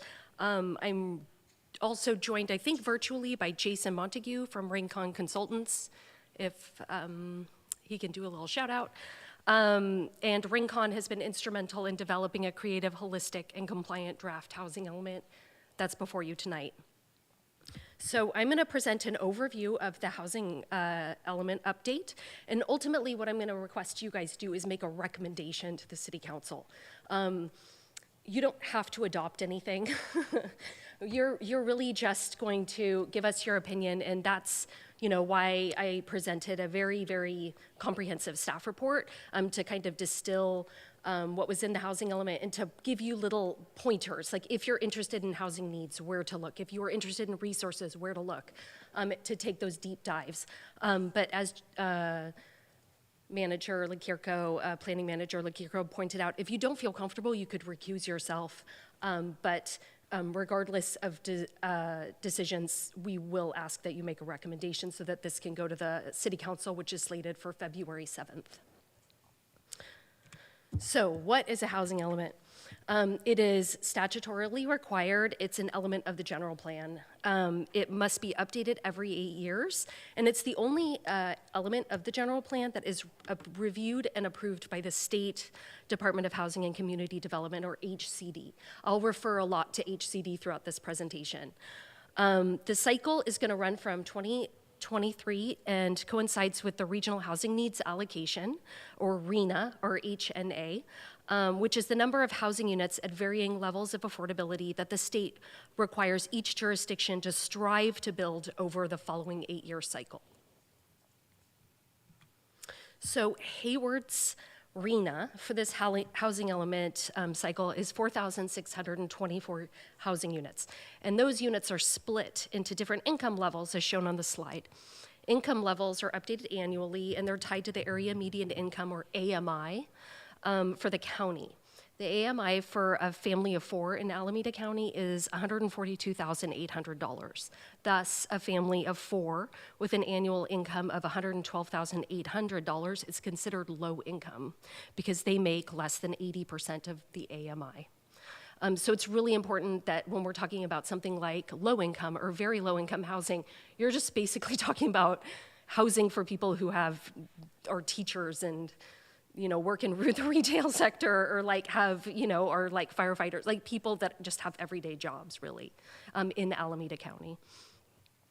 One essential component of the housing element is that we show the state that we have adequately zoned land and enough sites to accommodate that RHNA. It's essential at this point for you to understand that the city does not have to build housing, and we don't have to finance housing. We have to plan for housing. That's the purpose of the housing element. So the housing element has various sections as required by state law. These include public participation, housing needs, housing constraints, resources and inventory, a fair housing assessment, and then a housing plan. And here's a timeline of the project. As pointed out, this has been going on a long time. It's like a year and a half. It's my fourth child, so there you go. It started in the summer of 2021 when we hired Rincon Consultants, and shortly thereafter we kicked off the community engagement piece, which is run through this entire project really. And so as you can see, where we are is all the way at the end with the little stack of books. We're hoping to submit the adopted housing element to HCD in February of 2023. At the City Council's request, staff and the consultant worked diligently from the very beginning to get into the community, to meet people where they were, in order to provide opportunities to learn about the housing element and to provide feedback. Our public participation is summarized in the housing element in Appendix A and in the housing element document itself. I'm just going to run through this very briefly. It's also in the staff report. Some of the outreach that we conducted during this past year is creating a multilingual gallery walk about housing, climate change, safety, environmental justice, and we took it to various locations throughout the city and also events throughout the summer where we were in person answering questions, talking to people about housing. We created an interactive project website where we invited people to write to us about their housing stories, and links to videos about what is redlining, articles about historic Hayward, just very interactive and trying to give people a deep view into these topics. We had created a compilation of contact lists from like community organizations, advocacy groups, HOAs, mobile home parks, people who've requested to be notified, and our mailing list is well over 400 people now. We had a social media campaign. You can kind of see how people responded to us via Instagram in their stories on this slide. And then bilingual flyers were mailed out to all the Hayward households and handed out to individuals at grocery markets, at BART, laundromats. Here's a picture of one of our events at Tyrell Elementary, and where people interacted with those storyboards, kind of putting their thoughts and comments in sticker form on the boards. We did send out surveys in multiple languages. We had a housing site simulation. We had a focus group with Community Resources for Independent Living who assist people who live with disabilities. We held community workshops, and then we partnered with Chabot College, where 2 classes interviewed over 400 Hayward residents about their feelings, thoughts, experiences around housing, around neighborhoods, around environmental pollution, and we created an interactive website. So you can see all of these are the people that were interviewed. They cover the city. So it wasn't just from one area. But there were many common themes that came out of these interviews, which were people are struggling to afford housing. People are living with their parents longer. Parents are feeling guilty that they were able to buy and that their children will never be able to buy. People who work 3 jobs and still can't afford rent. There's lots and lots of stories like that and very common themes throughout. But people also talked about how they love their neighbors and they love their neighborhood and they just wish that it was cleaner and that the sidewalks were fixed and, just the experiences that everybody has living in their place. There's good and there's bad. That there's also just like a deep sense of belonging sometimes, So wrapping up, we drafted the housing element, released it for a requisite 30-day public review from about mid-July to mid-August, received 15 comment letters. All those comment letters and our responses to those comment letters were provided in Appendix A, provided the draft housing element as amended to HCD. They took about 90 days to review it and gave us their comments on November 29th. We revised it and updated the housing element based on their comments, which were included as attachments to your staff report. and released it for a second 15-day public review. Following that 15-day public review, so earlier in January, staff did meet with representatives from the Carpenters Union who requested that staff add a program to develop an ordinance for, like specific labor standards, and staff's position on this, which is in Appendix A, is that could be construed as a constraint to development. What we're trying to do is peel away layers of regulation. We're not trying to add layers of regulation. So while labor and ensuring that there's that people are paid fairly is very important to the city, staff is not advocating that we add any ordinances to add regulatory standards. Rather, staff will meet with the unions on an annual basis, and that action was in your staff report, that we would add that in there, and we would meet with unions to talk about what would work and what wouldn't in the coming year in terms of trying to ensure that there's a labor pool. Because lack of labor is a constraint, but requiring higher costs for developers is definitely not going to get us more development. So that action is in the staff report, and staff will ask that the Planning Commission include that action in their recommendation to the City Council. So I'm going to move on, and I'm just going to briefly summarize each of these sections. Next, we're on housing needs. So broadly, the population in Hayward is growing. It's getting older, and it's also getting more diverse. Between 2010 and 2020, the population grew about 11.5%, which is slower than the previous decade. However, it's faster than surrounding cities in the county as a whole. We've seen our population grow older. About 51% of our population is over the age of 35. We're also more racially and ethnically diverse. 40% of the population identifies as Hispanic Latinx, 27% identifies as Asian, 16% identifies as white, 9% identifies as African American, a little under 5% identifies as 2 or more races, and then a little under 3% identify as Native American, Pacific Islander, American Indian, or Alaskan Native. The median household income in Hayward hovers around $87,000 per year and is lower than surrounding jurisdictions in the county median. Incomes are incrementally increasing while housing costs are increasing exponentially. Specifically, rents have increased about 32% and home values have increased about 56% in the last decade. As a result of the mismatch between income and housing prices, we've seen a crisis in affordability. And that crisis disproportionately impacts renters, low-income households, people of color, and special needs populations who experience higher housing cost burden in that they spend more for housing. And this is not unique to Hayward. It's true throughout the Bay Area, in California, and truly throughout the rest of the country.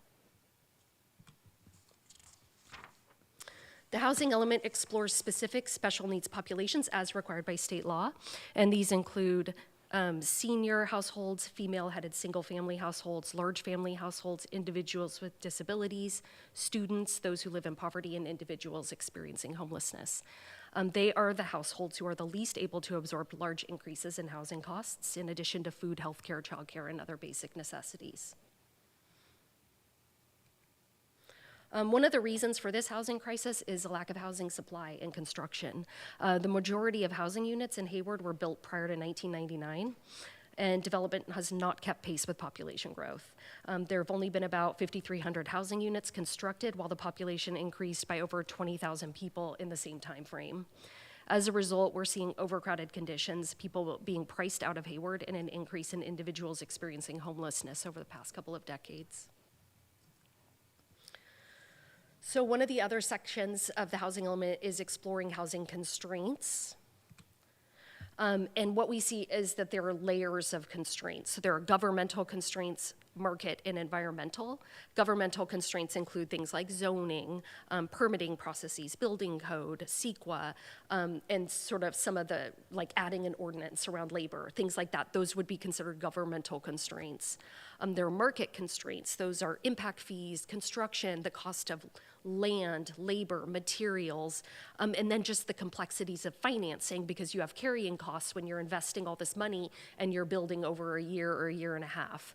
And then environmental constraints include things like building near a fault line and that increasing the cost of construction, or building in a flood zone, or the fact that there's like an earthquake fault that runs through here, and drought, which momentarily it looks like we've gotten out of this, but the truth is there's an ongoing drought, and that is something that we talk about in the housing element. So Appendix C of the housing element contains an outline of various resources for housing development, including financial and administrative resources. It also contains the breakdown of how the city could theoretically achieve the RHNA, which we discussed earlier, without rezoning. So this table, which is in the staff report and in the housing element, shows that between counting the 2,073 pending and approved projects, anticipating development of 320 ADUs, and identified vacant and underutilized sites, Hayward can realistically accommodate the RHNA with an approximately 26% buffer at varying income levels. Vacant and underutilized sites were specifically chosen to meet HCD's criteria, as well as the city's climate action goals, to prioritize infill development in close proximity to transit and commercial services, to reduce reliance on single occupancy vehicles, which is the greatest contributor to greenhouse gas emissions in the city. The sites that were identified in the housing element also are zoned appropriately. They're sized between 1/2 acre and 10 acres, and that they are in areas where we've seen development occur over the last housing element cycle. So they are like proof that those areas are marketable to developers. So here's a map showing the approved and pending projects. Each project is shown in a little blue circle. There are a total of 32 development projects that have already gone through the entitlement process. What they're doing is ready to go into building permits, or some might even be starting construction. Of these projects, 7 are 100% affordable. 13 of them have some affordability component, meaning that they have some units in there, typically because of in compliance with the Affordable Housing Plan. And the remaining 12 projects solely consist of market rate units to above moderate households. As you can see, the majority of the development projects are located along Mission Boulevard and in downtown, in close proximity to transit in those areas I was just talking about. But several development projects are scattered to the east and west as well. So that's sort of, you're gonna see development kind of all over the place. This map shows the sites that we're theoretically positing could absorb the remaining RHNA. So vacant sites are shown in that sort of fluorescent green, and non-vacant sites, which are typically like low use, like commercial buildings or vacant buildings, are shown in yellow. They're primarily focused in the downtown specific plan area, the Mission Boulevard form-based code, and on former Caltrans 238 properties. The site's inventory reflects this development pattern because they are the most likely to develop in the next housing element cycle, based on previous development, site criteria, and density allowances. Based on the analysis in the housing element, the realistic development capacity of all of these sites is about 3,449 new units, and this number, combined with the already approved and pending projects, gives the city an approximately 26% buffer, which HCD requires. They require you to not just show your RHNA, but a buffer. So in case any individual site doesn't develop at your assumptions, you have other sites that could accommodate those. But it's also really, really important to understand that development can and will occur on sites that are not included in this inventory. The city's assumptions primarily rest on higher density development in very specific areas, but there will be additional development that we don't know about right now. In addition to that, sites that, for example, we just got a development project in for like 80 units, and it's not on our list, but it came out of, I wasn't anticipating it. So, you know, development will continue to occur because we don't have a magic ball and we don't know everything that's gonna happen. In addition to individual developments that are large scale, you're gonna see incremental infill development. As you saw in the response to comments, Commissioner questions, over the past 7 years, we've seen an exponential increase in accessory dwelling unit construction in the city of Hayward. You know, I think permitted like 122 last year.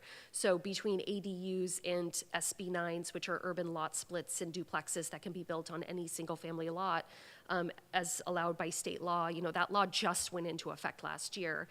I would expect to see in the next 7 years as financial instruments become more savvy, as homeowners understand what they can do, and as they save money, that we'll see more of those SB 9 applications happening throughout the city as well. The city also prepared a fair housing assessment, which was included as Appendix F.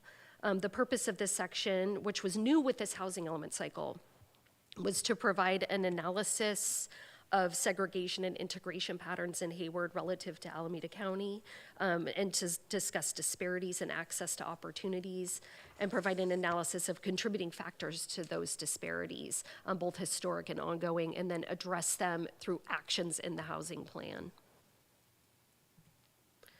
The city is also required to show the locations of approved, planned, and inventory sites on HCD opportunity area maps. So these are called TCAC HCD maps. And what they do is they show low, moderate, and high resource areas in the city. And it's important to note that most residential development in Hayward is located in low and moderate resource areas. The only high resource areas are basically, I had to pull way back. It's not on this map. I was like, where is it? Where is it?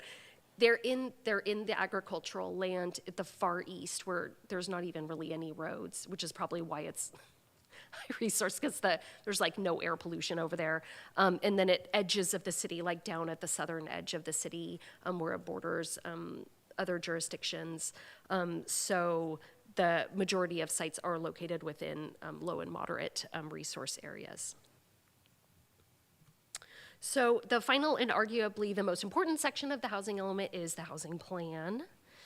What this does is it contains a set of goals, policies, actions, objectives, timeframes. It sets forth responsible agencies and funding sources for achieving actions. And the housing plan themes are shown on this slide. So under the theme of preserving, conserving, and improving existing housing stock, the city will continue the minor home repair program and the residential rental inspection program and preserve at-risk housing. Specific actions include monitoring the 5 developments that are at risk of converting from affordable to market rate in this housing element cycle, and then connecting with those property owners and identifying if there are resources that the city can give to them or help them, assist them to apply for additional funds that would result in those continuing to be deed restricted. There are other actions in here. I'm just going to sort of touch on the highlights, sort of highlight some of the actions, or we'd be here all night. So the next, under the theme of assisting in the development of affordable housing, the city will issue notices of funding availability when funds are available from the Affordable Housing Trust Fund, update the Affordable Housing Ordinance to ensure that regulations do not inhibit development while still encouraging the development of affordable housing, and to provide support to households that participate in Section 8 or housing choice vouchers. Another action that was a part of this is the density bonus ordinance, but it got done before the housing element, which isn't surprising, but is very good. And what that density bonus ordinance did was it included, higher density bonuses for some of those special needs populations that we discussed earlier. So our eyes were on the information and the content in this housing element as we were crafting policy in the density bonus, and as some of these actions were called out in the housing element. So under the theme of providing adequate housing sites, the city will ensure that sites are zoned to accommodate the RHNA, so no downzoning allowed, committing to specific timeframes for publicly owned land, such as releasing sort of surplus land act documents to affordable housing developers on certain properties, and moving forward with the Caltrans 238 agreements that we have with Caltrans within certain timeframes. Adoption of new regulations related to replacement housing. So if you tear down affordable housing, you have to replace that housing and do more. By right approvals for reused housing sites. There were a total of 3 from previous cycles, and exploring zoning amendments related to allowing a variety of housing types subject to objective standards. Under the theme of removing constraints on housing development, the city will create a package of development incentives such as fee deferrals, expedited fee reviews, streamlining ADU approvals, and monitoring and expanding development of SB 9 lot splits and duplexes. Under the theme of housing for persons with special needs, the housing will prioritize funding for affordable housing developments to special needs populations, continue to provide financial and administrative support to organizations and service providers that assist individuals experiencing homelessness, develop a shallow rent subsidy program, develop universal design guidelines, and update the reasonable accommodations ordinance, in addition to ongoing community outreach and education about available resources. Under the theme of equal housing for all persons, the city will provide foreclosure prevention and counseling, continue to fund fair housing services, continue to implement the rent stabilization, tenant protections, and tenant relocation ordinance, and update the consolidated plan so that we remain eligible for CDBG funding for community development block grant funding, which is federal funding related to site-specific improvements. And then the fair housing component is kind of threaded throughout every single one of those themes. So lots of the actions in these other areas tie to fair housing.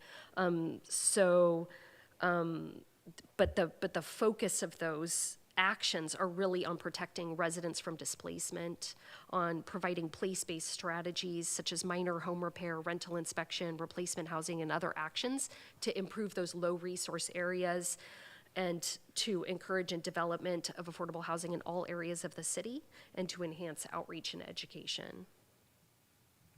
So we're in the home stretch. When you see the CEQA slide, you know you're in the home stretch. Okay, so CEQA, an addendum was prepared by Rincon, and what the addendum did was it looked at this element and it said, is this going to have any new impacts that were not already analyzed under the general plan? And the addendum found that because there are no rezonings, because the proposed element is entirely consistent with the general plan, it wouldn't result in any new impacts not already analyzed. It wouldn't require any new mitigation measures to offset environmental impacts, and that each individual action that will come out of this housing plan will actually undergo its own CEQA-specific review, right? But this in and of itself would not result in an environmental impact. That addendum was included as an attachment to your staff report. All you're required to do is review it as part of this approval, or recommendation, sorry. And with that, staff does recommend that the Planning Commission recommends the City Council approve the general plan amendment to incorporate the 2023-2031 housing element update with updates recommended by staff, specifically the action related to labor, the meeting with labor groups, and approves the related environmental analysis. With that concludes my formal presentation. I am available for questions. Jason, our consultant, is also available for questions. Thank you. Thank you. That was really thorough. It's great. Do any commissioners have questions for staff?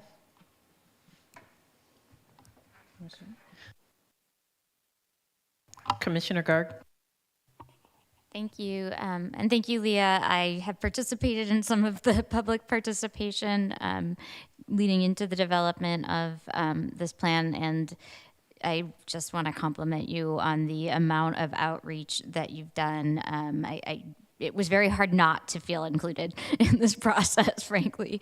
So I really appreciate that. I have a couple of questions, and they're really more questions because I think this is such a complicated challenge that we've gotten ourselves into in the city and in this larger, sort of metropolitan area, with this tension between housing affordability due to sort of lack of housing stock, which you've brought up as our population has grown, and then kind of trying to preserve the fact that that costs have gone up to add, housing, and how do you ensure that new construction also is attractive to developers and also, provides housing that a variety of people can afford. So I have two questions. So one is specifically on the labor union issue.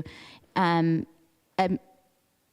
curious because one of the concerns for labor unions is ensuring that that those who are working on construction sites are paid fairly. And, we sort of discussed that people with fairly high incomes in this area are also having difficulty affording housing. So there's a little bit of tension between sort of really trying to put in place labor standards for constructing new housing, and then also attracting developers if our labor standards are stricter than, say, some of our surrounding areas. So I'm just curious if that is going to be part of the discussion, or if that is part of the discussion already.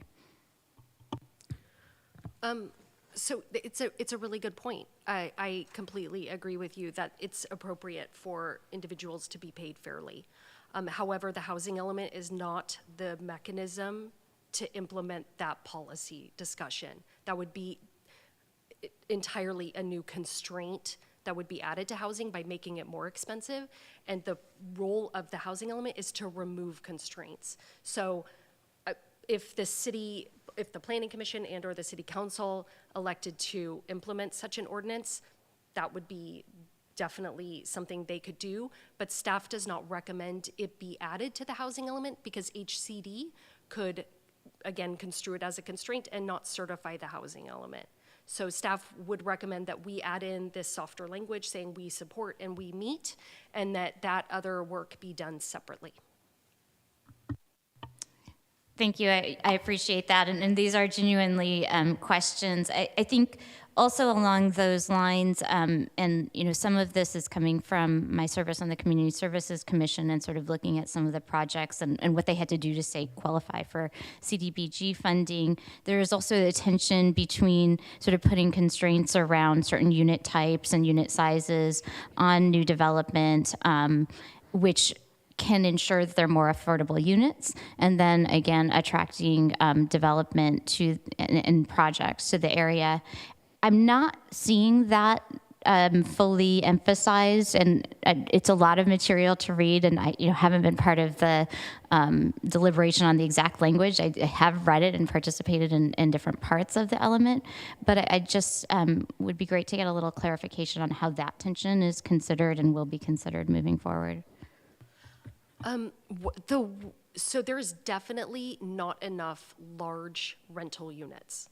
There's not enough. And that's the reason why you see more overcrowding for rental households than you do in ownership households.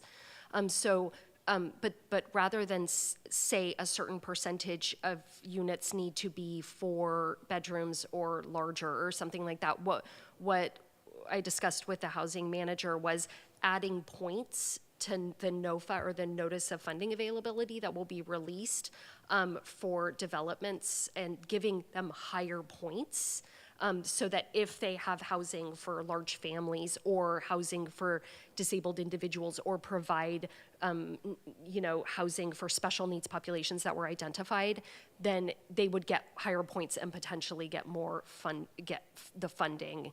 And I believe that would be something that other grants and the other funding mechanisms would be doing the same, because I think this is an identified issue not just in Hayward, but there are no recommendations in the housing element to require a certain percentage be large units. Rather, there are definitely some recommended zoning amendments that talk about adding flexibility in housing types, like allowing dormitories or shared living situations in different ways. But staff wasn't at this time recommending that 20% be 4 bedrooms or 5 bedrooms, because again, at this point, there is a tricky balance between what is feasible to a developer and what we need. And I think more than large units, we just need more housing, and then we can tackle other things, but it is hard. And so what we were trying to do is take more of an incentive approach rather than a regulatory approach. Thank you, I appreciate that. Commissioner Patterson.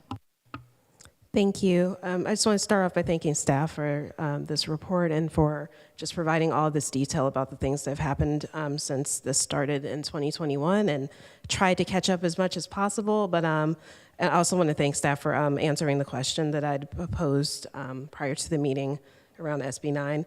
But so my question, again, is just for my own understanding. So when I was looking at, in the presentation and the staff report, the inventory, and looking at specifically the underutilized housing, and just really trying to understand, it looks like it makes up the majority of the unit surplus that we're anticipating.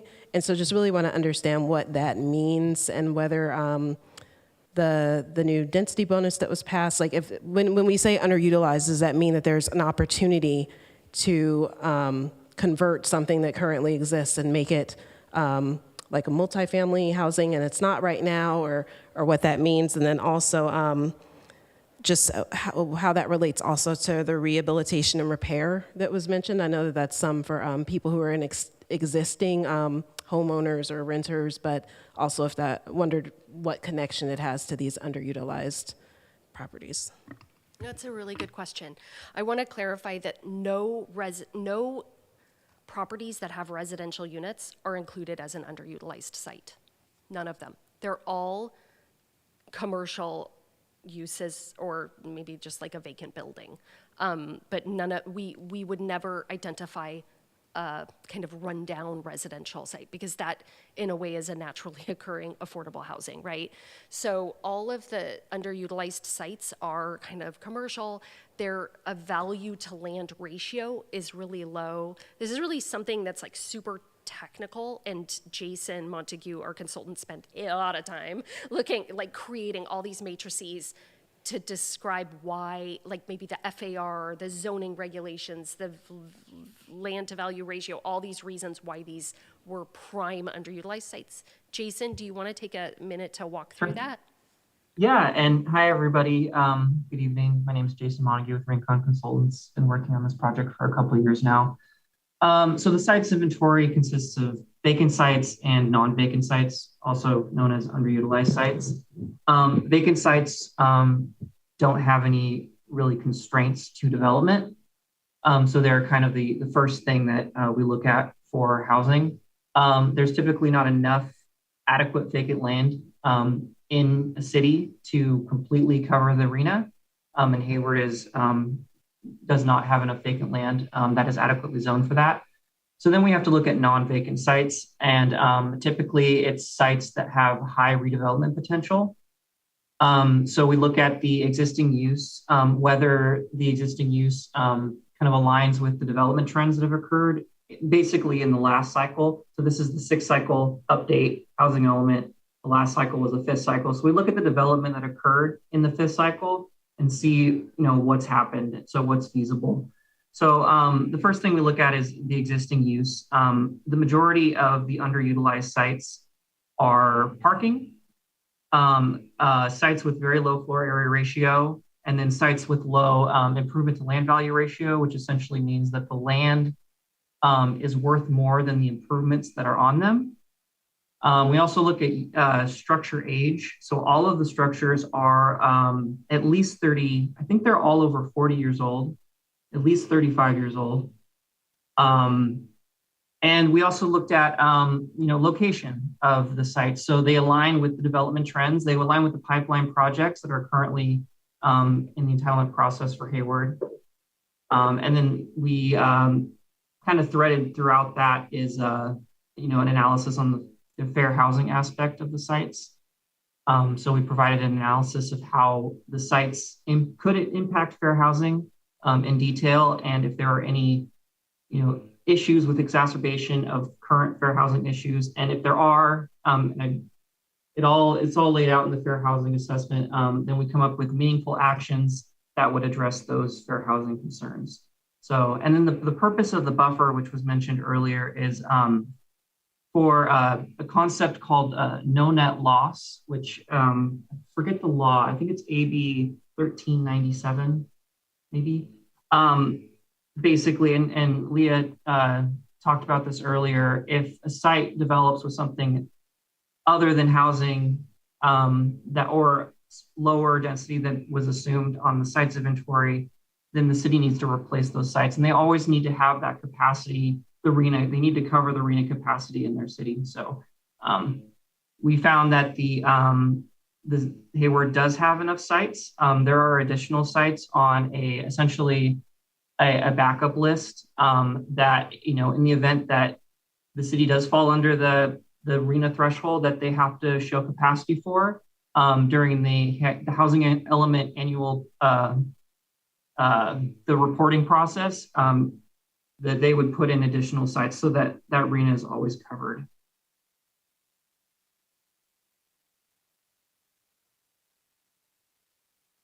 Thank you. Any other commissioner questions? Commissioner Stevens. I'd like to know a little bit more about the SB9 process here and how we might be expediting this. As I understand it, if I have a single family lot, I could subdivide that into 2 lots, and on each lot I could build 2 units. So if I had an existing house, I could tear that house down and subdivide it and essentially put 4 units on where a single family house existed. Is that accurate? That's accurate. I do want to clarify one thing though. If a renter lives in that house, you could not do that. If you were an owner of a house and you thought, I want to subdivide and have, and build a duplex for myself and over here and build a duplex over there, that would be okay. But you can't displace a renter. There would have to be a certain amount of time. It's a matter of years that the house would have to sit vacant before you could do that to a house that has a renter in it. In addition, people can't buy contiguous pieces of land. Like an investor can't come in and buy 4 lots next to each other and then subdivide it into 8 and put duplexes on all of those. It's really intended to be like a property owner that wants to split their lot and build a duplex. So there's some safeguards in the law to prevent it from turning into like investing development.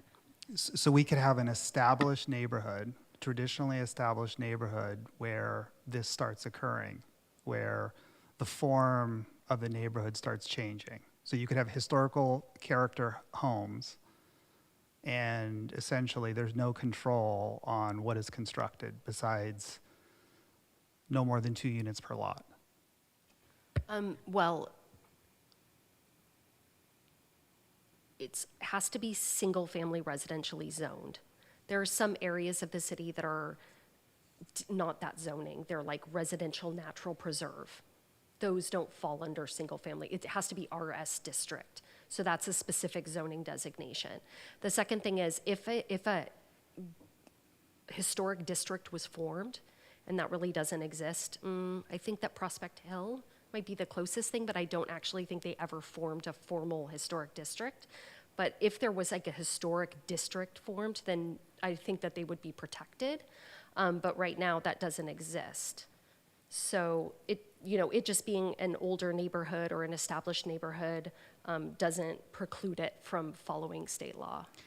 And how is the city planning on expediting this process? Well, we have it went into effect in January, so it's only been about a year, but we created a checklist so people who come in understand very objectively, this is what you need to do. We created frequently asked questions in English and in Spanish. We published it to the website, and we've gotten a lot of inquiries about SB9, but actually only about 3 applications so far to do this. If I could also just add on to something that Leah had pointed out, is that we are, in addition to the SB9, it's something that we are currently working on in the planning division, which is development of those residential design standards. And that is in response to some of the recent state legislation that basically mandated if we're going to impose certain design criteria, we need to have an objective standard adopted. And so that was a process that we got grant funding for.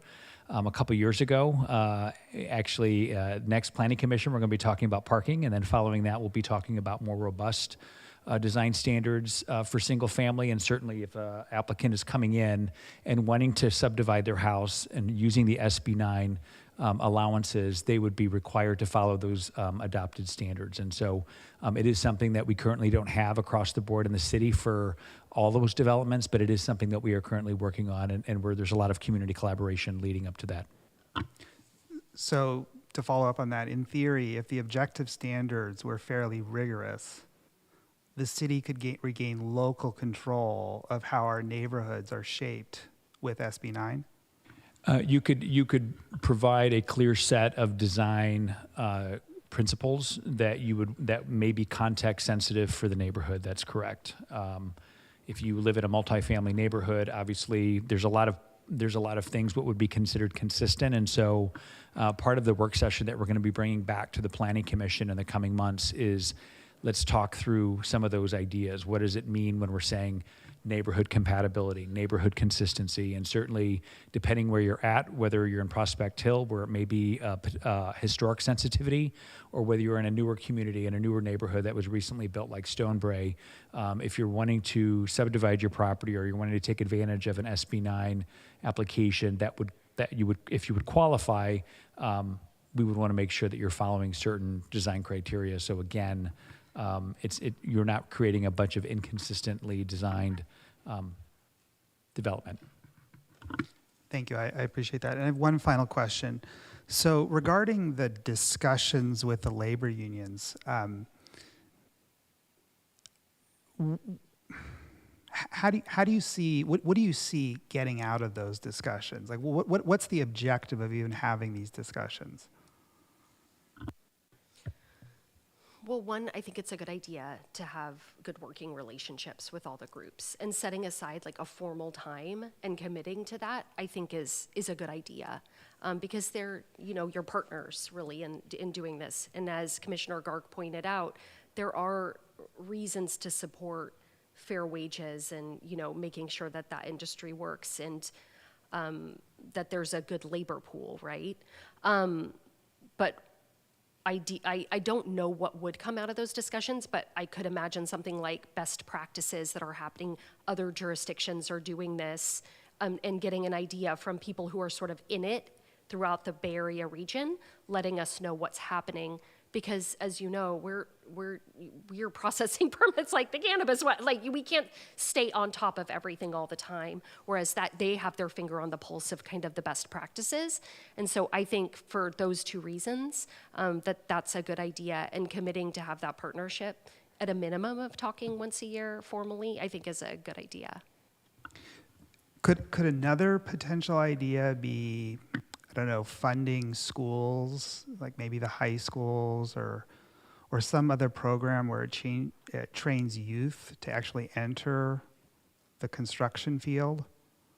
Like some sort of formal training. Like, I mean, if the city wants to create a labor pool to actually build things, shouldn't we be investing in the youth? Apprenticeships is definitely something that the unions bring up in these conversations. However, I do not, as stated before, believe the housing element is the vehicle to fund schools and programs for, apprenticeships and a worker pool. That should be done separately through other mechanisms. The housing element is really, what we're trying to do is narrowly focus on how do we get as much good development as we can for as many income levels as possible, and how do we not further constrain development. So, funding apprenticeship programs or, funding school programs is a great idea, but I don't necessarily think it's something that should be in the housing element. Thank you. I appreciate your response. This is just questions, right? Thank you. Any questions from any other commissioners? Commissioner Bonilla is raising his hand as well. Okay, Commissioner, I'm going to go to Commissioner Goodbody first and then Commissioner Bonilla. Thank you, Commissioner Lowe, sorry. I had a follow-up question to Commissioner Stevens about the conversations with the labor unions. Is the intention to have these conversations on a per project basis, or is it more like as a follow-up to adoption of the element as a sort of blueprint moving forward kind of conversation? So the way the action is written, which is on page, it was in the staff report. I kind of put the language right in there so you guys would just be able to see it. And it's on page 13 of 15. And it says, recognizing that labor supply is a constraint to development, the city will meet with trades, labor groups, and organizations to discuss ways in which the city can support an adequate supply of labor to build new housing. Hold at least one meeting with labor groups per year. So it wouldn't be on a project by project basis, although of course, if they wanted to meet with us about a project, we meet with anyone who requests such a meeting. But really this formally just says like, we recognize labor as a constraint. We will meet with trades labor groups at least once a year to discuss what we can do in partnership. But it's, if they come and ask us about specific projects, of course we would meet, you know, but this doesn't commit to that. It's, yeah. Thank you. Commissioner Bonilla. Thank you. Great presentation, Leah. As always, you're always so thorough when it comes to these topics. I know that this is just the plan, but I know that, you know, this plan needs to come to fruition over the next 8 years and hopefully sooner. And as you had mentioned, you know, we need to find a way to sort of build our way out of this is sort of one way of looking at it. What are some of the incentives that the city thought about but didn't include in this plan? And I guess I have the same question for constraints. You know, if we know that there's a lot of constraints that are very prohibitive to developers and to, you know, the pace at which development is occurring, are there additional constraints that could be removed, or were there constraints that were considered that weren't removed for certain reasons? Well, I think if you had developers here, you would get a mouthful. I think probably, you know, the cost of development is going to be the thing that developers say is the biggest constraint to development, and that the city's impact fees and all the fees that we have are a big part of that. But staff heard those concerns and thought about them and looked at those impact fees and relative to other surrounding jurisdictions impact fees. This is in the constraints section, by the way, if you want to take a deep dive, and found that, you know what, our impact fees and sort of like the different fees, like our affordable housing fee, our traffic impact fee, our school fee, our utilities fees, you know what, they're not, relative to other jurisdictions, very, very high. And also they're going to pay for, you know, services. For example, we had, you know, flooding, and without new infrastructure, you can't accommodate that kind of flooding. We have a wastewater treatment plant that we operate. We have water services that we operate, and water we have to purchase. And that those fees, you know, if they're not paid for by developers, then we're not going to be able to pay for that and have a sort of high quality experience for the residents who live here and the future residents. So staff and park fees, you know, developers, they're going to say that those fees make development infeasible. However, staff's position on impact and other fees is that those also make the place livable. So, you know, this is a big one, the cost of construction, and then obviously the entitlement process. So while the city is looking to streamline as much as possible, we are not removing the entitlement process. We're not just saying, well, okay, let's just let them all go to building permits. Whereas, you know, I think that would remove a big constraint because it's time, you know, for developers. But again, when we looked at our entitlement process compared to other jurisdictions, it really wasn't, notwithstanding the item one that went before us, our processing is actually not overly burdensome compared to surrounding jurisdictions. So I'm not, those are a couple of the big ones. Because, you know, Leah, I guess what I was thinking is sort of some of the complexities with our development processes. So I know, like with Zubaru, just as an example, I know that this is the housing element, but, you know, we sometimes provide like white glove service to folks to help as another incentive to help, you know, move them through these processes that are quite complex and lengthy a little bit more quickly. So, you know, I'm not sure that I saw something like that in the plan, but as an incentive, but it's something that I was, you know, if there's a way of us doing that, that would be something that I would be interested in. And then also with your comment around, you know, kind of the community getting older, which I totally understand, and outside of sort of ADUs, how does this plan maybe accommodate a more aging population? I do want to step back and tell you that there is and it's, you know, impossible because I want to look for this, but there are actions, specific actions that talk about not white glove or concierge the way that our economic development division does it, but where we talk about expediting development by connecting with developers early on and helping them through the process. So I do want to let you know that that is in here, absolutely, and it's something I've participated in numerous times, and not only for commercial development, but also for residential. Parcel Group 5 or, any of the sort of like, kind of really big development projects. And then the second one you just brought up was just around, as our population is getting older, how does this plan particularly accommodate an aging population as it relates to housing? Absolutely. So one is they're one of our special needs groups. So again, if a development is coming in and they're providing housing for individual like seniors or elderly, they may get additional density bonuses or like the incentive stuff or additional points in order to get funding. In addition, some of the actions that I was probably talking a mile a minute in my presentation, but we are developing universal design guidelines, and we are going to update our reasonable accommodations ordinance to remove any constraints to being able to put in like ramps and doing those things so that they don't have to go through a burdensome sort of like planning process before they actually put that in. But in terms of like new housing development, I would say the incentives are the biggest one in terms of getting that housing out there. Got it.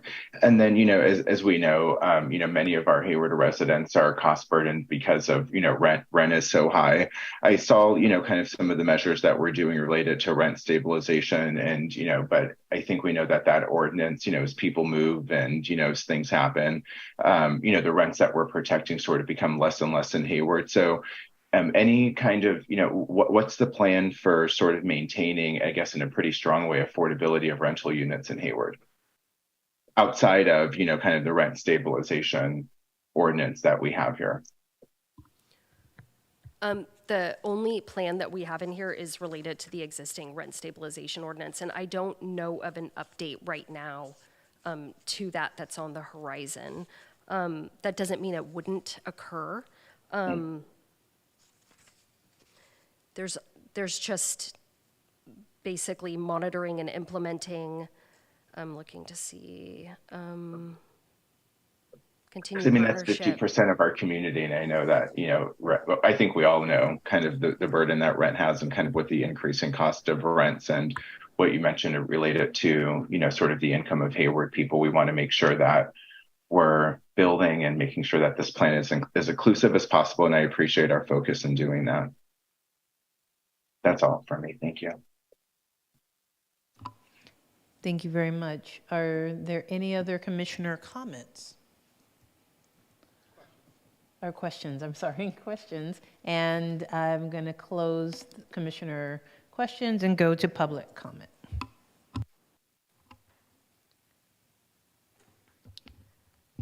We do have 3 attendees, but I do not see any hands raised. Oh, one just went up.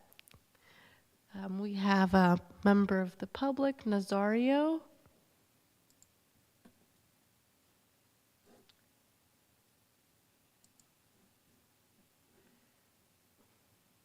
Can you hear me now?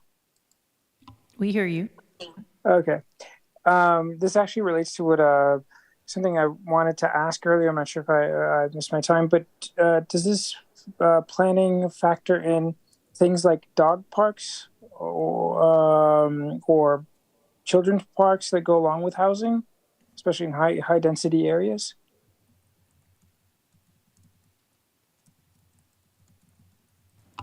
Thank you for your comment.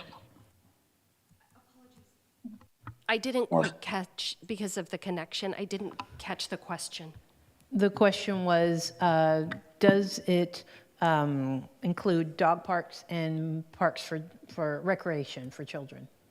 Oh, so that's just part of like the zoning ordinance is any new development is required to have a certain amount of common open space and private open space. And so that's typically done. And then whether they decide to program it with dog parks or with children's playgrounds would be up to the developer. Staff does weigh in here or there. But. Thank you. Any other public comments? I hear something.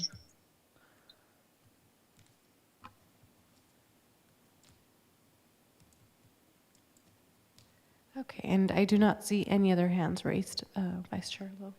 Thank you. We're going to move to commissioner comments now. Any commissioners have any comments? Commissioner Madam Stevens. Chair, you can close the public hearing.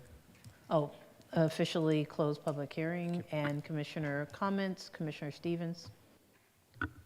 Thank you, Chair.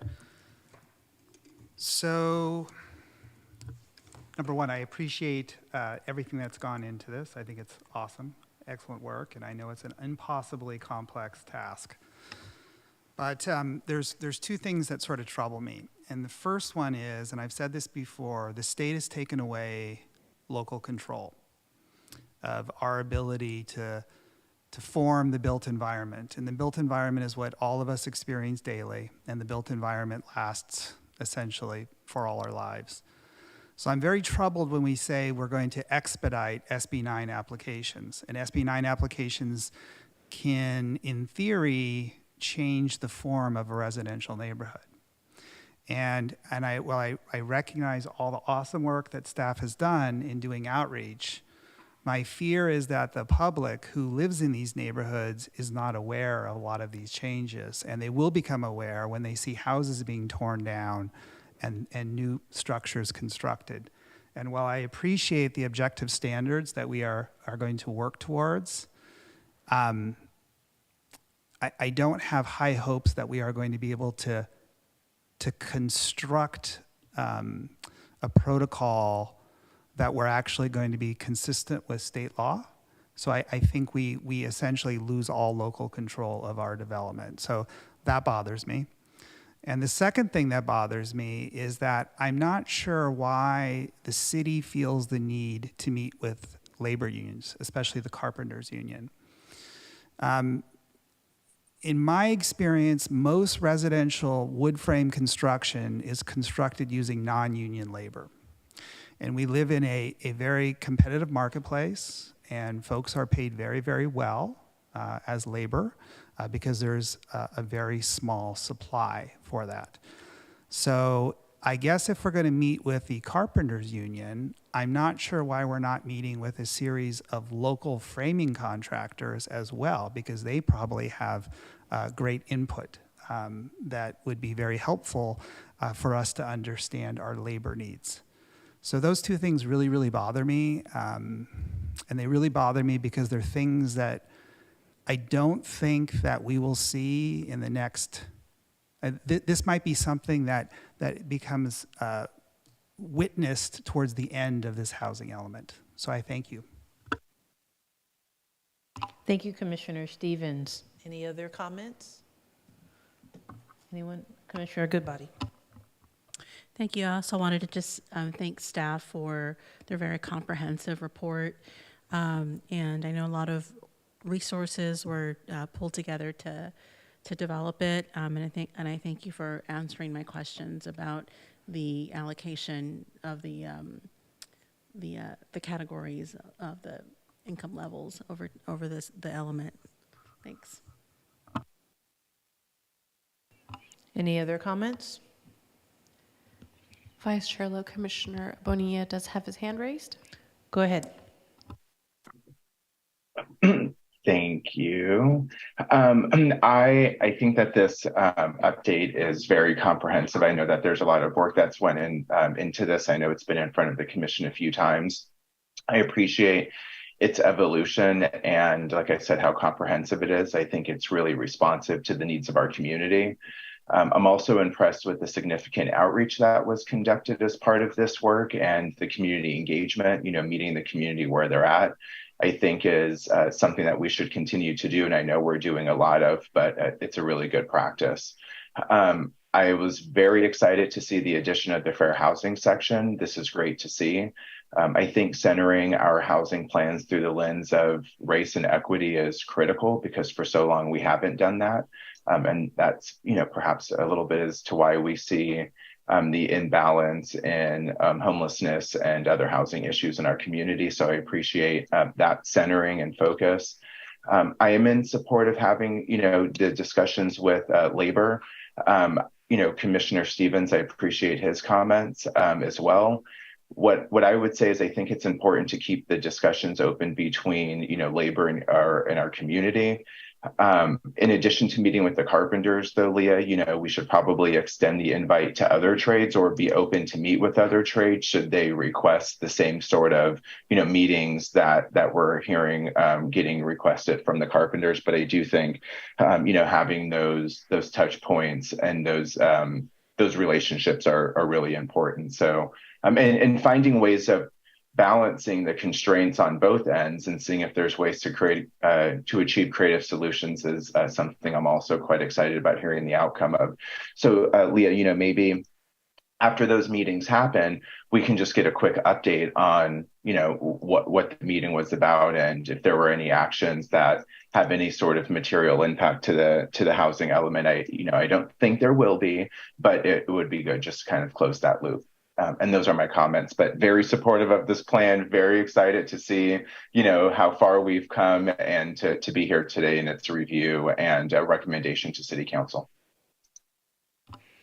Thank you for your comments. Do we need a motion, right, to make the recommendation? I'll be happy to move this item. Okay. A second. Okay. And I'm happy to move this item with the addition that, with the staff's proposed revisions of meeting with labor, holding a meeting with the trades once per year.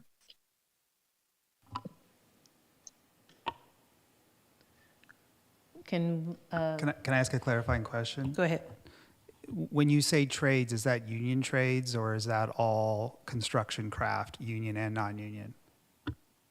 I would say whoever's open and reaches out, we should be fair with whoever we're meeting with in this space. Leah, do you see a problem with that? Absolutely not. We do that as part of our jobs pretty much on a daily basis. The way that the action is structured is it says trades labor groups. It's not specific to the carpenters, but what we can do is open it up to say trades labor groups and other contractors as requested, and just kind of broaden it a little bit. We would do that as part of our jobs, really. Anyone that wanted to meet and talk to us, we would do that. So Commissioner Stevens, are you fine with the current language or are you proposing some language change? I'm fine as long as we're agnostic to union versus non-union. Sounds good. Can I ask a point of clarification? Commissioner Gar. What is the current proposal or proposed motion right now? Is it to include labor unions and contractors or just labor unions? Do we need another amendment? I believe that labor unions and contractors, that's what Leah was saying, is that I think this language here would be broad enough with that intent of meeting with any of them should they approach and request the same sort of accommodation. And Commissioner Patterson, do you still second that? Yes. And Commissioner Stevens, did you have any other comments? I just wanted to ask one clarifying question. When we say we're expediting SB 9, what exactly does that mean? Nothing. I mean, what it means, this is a ministerial permit, which is as about expedited as you possibly can get. It bypasses any discretionary review from staff. So when I say when we're talking about expedite, we just mean that we want to get the materials out to people who want that information and get the word out, because a lot of people don't even know this law exists. So it's about outreach and education and then getting people the right tools that they need in order to apply to us. Our process is as bare bones as you could possibly get, really. I also just wanted to just intervene real quick and just say that, the state made that legislation and the state was the one that determined that the local discretion needed to be ministerial if they meet certain criteria. And so I think when we're talking about SB 9 expediting, it's the fact that it's already there. And what we're trying to do is make sure that individuals, if they intend or have interest in pursuing an SB 9 application, that we're providing them the materials that they need to be able to comply with not only to meet state law, but also to comply with our local regulations as well. making sure that before they spend a lot of money designing something that doesn't comply, that we are providing them with the information and the materials necessary to be successful. So to clarify, that the planning division is essentially following state law. There's nothing out of the ordinary. Any other comments by commissioners? All right, may we have a roll call vote, please? Commissioner Stevens? Yes. Commissioner Goodbody? Yes. Commissioner Patterson? Yes. Commissioner Garg? Aye. Commissioner Bonilla? Yes, yes. Chair Ali Sullivan? Aye. Vice Chair Lowe? Yes. Thank you. It's a unanimous vote for yes. The approval of minutes from December 8th. Do I have any? I'll make a motion to approve the minutes. Thank you. I'll second. Thank you. May we have a roll call vote, please? Commissioner Stevens? Yes. Commissioner Goodbody? Yes. Commissioner Patterson? Yes. Commissioner Garg? Yes. Commissioner Bonilla? Yes. Chair Ali Sullivan? Aye. Vice Chair Lowe? Yes. Thank you. And the minutes have been approved. So now we're moving on to commission reports. Thank you. Hope everybody had a wonderful holiday season. Happy New Year. Hope everybody stayed safe and was able to spend time with friends and family after the weather stopped raining a little bit. It's nice to have some dry weather out there for a little bit, even though we needed it. A couple of quick comments. So just to let everyone know that the city clerk is currently working on some updates to the public meeting component that will obviously impact the way that cities do business in response to the state of emergency that is going to be expiring by the state of California at the end of February. And so additional information and materials will be shared with the commission as soon as that's available. So I just wanted to let everyone know that that information is forthcoming. And then to also a couple of future meeting items, February 9th, we have those two items that were originally scheduled for the first meeting in January, and that is the residential design standards discussion. It's a work session on parking.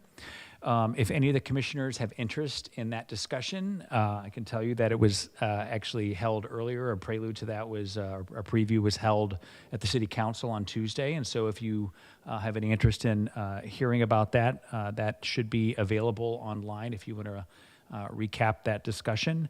We will also be bringing the alcohol beverage ordinance updates that have been pending for a couple months, but that will be moving forward. And then the second meeting in February, which is the 23rd, we have two items that are currently scheduled for report out for the commission.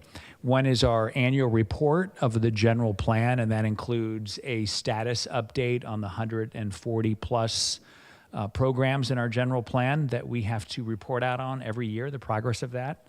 And so we'll be bringing back a list, progress report on that. And we also have we have a tentative subdivision map for a project on Mission Boulevard. So we have two items, I would say, very busy meeting on February 9th and a busy meeting also on February 23rd. And that completes my report. Thank you. Thank you. And do we have any commissioner announcements or referrals? Commissioner Stevens. I just want to welcome our new commissioners and thank them for being here. And it was a lovely and fun evening tonight. And I want to thank the city for and I know this is a while ago now, but I want to thank the city for the lovely event that was held here back in December for the commissioners. So it was really great. So thank you for that. Any other commissioner reports? Commissioner Lowe, you have your friends here in the virtual world with their hands up. All right. I'll jump out first thing. First off, I would want to echo what's been said by my fellow commissioners. I apologize I was not able to be there in person this evening. However, I wanted to give a warm welcome to our three new planning commissioners. I congratulate you on your selection process. I look forward to getting to know you over the coming months and years, and appreciate your dedication to service to the city. So thank you very much for that. Outside of the congratulations for city staff, and Jeremy, you may have been alluding to this in your reference to the item on the 23rd. However, it's not been lost on me over the last couple of months, and certainly struck me this evening that we approve a significant amount of projects here in the city. I'm sure that work transpires on them behind the scenes and on the paperwork side. However, as I reflect and drive around the city and look at areas of projects we've approved, it took quite a long time for the project on Mission, the Sprouts development, to start to have physical development taking place. I've yet to see any movement of dirt on the Bunker Hill property that we approved close to a year ago. And so I'm wondering if there's a mechanism that city staff, a formalized mechanism, that city staff can come back to the Planning Commission with updates on projects that we've approved to let us know when it's not visible to me or to others if a project is moving while there might be a significant amount of paperwork happening or permits happening on the back end that we wouldn't otherwise be aware of. If there's a mechanism for you to provide updates to us, not just on the major projects, for example, along Mission Boulevard, but on all of the projects that we're approving. I guess the reason that I sometimes wonder is, we approve projects and yet oftentimes nothing happens. And so really just want to ensure that the work that we're putting in is yielding results for the city. Yeah, and I can answer that question, or at least comment on that. We do, as a matter of course of action, we started this I would say probably about 5 years ago. We started doing regular development updates. They were originally quarterly updates from development services, and they weren't just the work of this commission, but it really reflected all of the amazing and hard work that our development services department staff has been doing, not only including planning, but the number of building permits that have been issued, any code enforcement programs that are going out there for community preservation, rent stabilization, rent control ordinances, rental inspection programs, excuse me. So we did end up doing a quarterly at one point. We started realizing that not much happens every 3 months. And so maybe shifting that to biannual, maybe doing every 6 months. The last update that we did, which is available, was just uploaded onto the city's website, which does reflect a lot of the project updates, including current statuses of all of the larger major projects. That was last done in April of 2022. That's available on the city's webpage. And I think that was also circulated to the Planning Commission shortly after we released it. It is available to the public. We are currently working on an update, which I would expect will be completed in the next couple of weeks. But it is a collaborative approach. It is a collaborative effort. It does not, unfortunately, represent every project in the city. There are a lot of smaller single-family or duplex projects that aren't necessarily, they don't make the cut. It would be a very long list. And as Leah probably pointed out with the housing element, there's a lot of development going on in the city currently. There's a lot of projects. But certainly we like to try to highlight some of the major ones. Those are the ones that are more high profile. They may be projects that maybe the commission or the council did consider and make decisions on at one point. Or projects that are just, like I said, given their location, they're of great interest to the community. They have great community interests. So we will certainly try to provide that highlight. And if there's any additional materials or information that specifically the commission would like to see, we can certainly work on providing that. Yeah, Jeremy, I don't, necessarily think this involves every single project that comes directly to staff and is approved. I think for projects that come to the commission, it would be helpful to hear, even if it's just, once every 6 months, what the status is, even if it's just a couple lines to know where things stand. I often get questioned by folks in the community as to, hey, what's going on with, this project? What's going on with that project? I'm not seeing any movement. And so to have some type of an update to be able to say, don't worry, the city is indeed working on this, even if you are not seeing anything happening, that would be, I think, very helpful for us and to be able to relay that back to community members. Is that something we think we can have on a every 6 month basis, even for projects that come to the commission? I'm sorry, what was that? I missed that last question there. Sorry, I was saying, do we think that's something that staff would be able to prepare for projects that have come to the commission for vote, twice a year, an update on where things stand? Yeah, I think we can probably, I think similar to what we've created, as I mentioned before, if we want to, if the commission wants some very specific kind of update, we can look into that. I mean, certainly I think we can, it could be as a report out, see how that, in terms of like an informational item, we could probably do that. Great, thank you. Thank you, Commissioner Lowe. Thank you. Commissioner Panilla? I'll just be brief. I just want to echo the comments of my fellow commissioners and welcome our new commissioners to the commission. I think, all of you have very strong reputations that precede you. So welcome. We've heard a little bit about you and your deep experience, passion, and commitment to Hayward. Tonight, that was clear. I think you guys are all very engaged, and I look forward to working with each of you as we continue to move Hayward forward. So welcome to the team. Absolutely. Are there any other commissioner comments? Well, it pains me to do it, but I think I'm going to have to adjourn this meeting. So, meeting adjourned. Thank you. Yeah.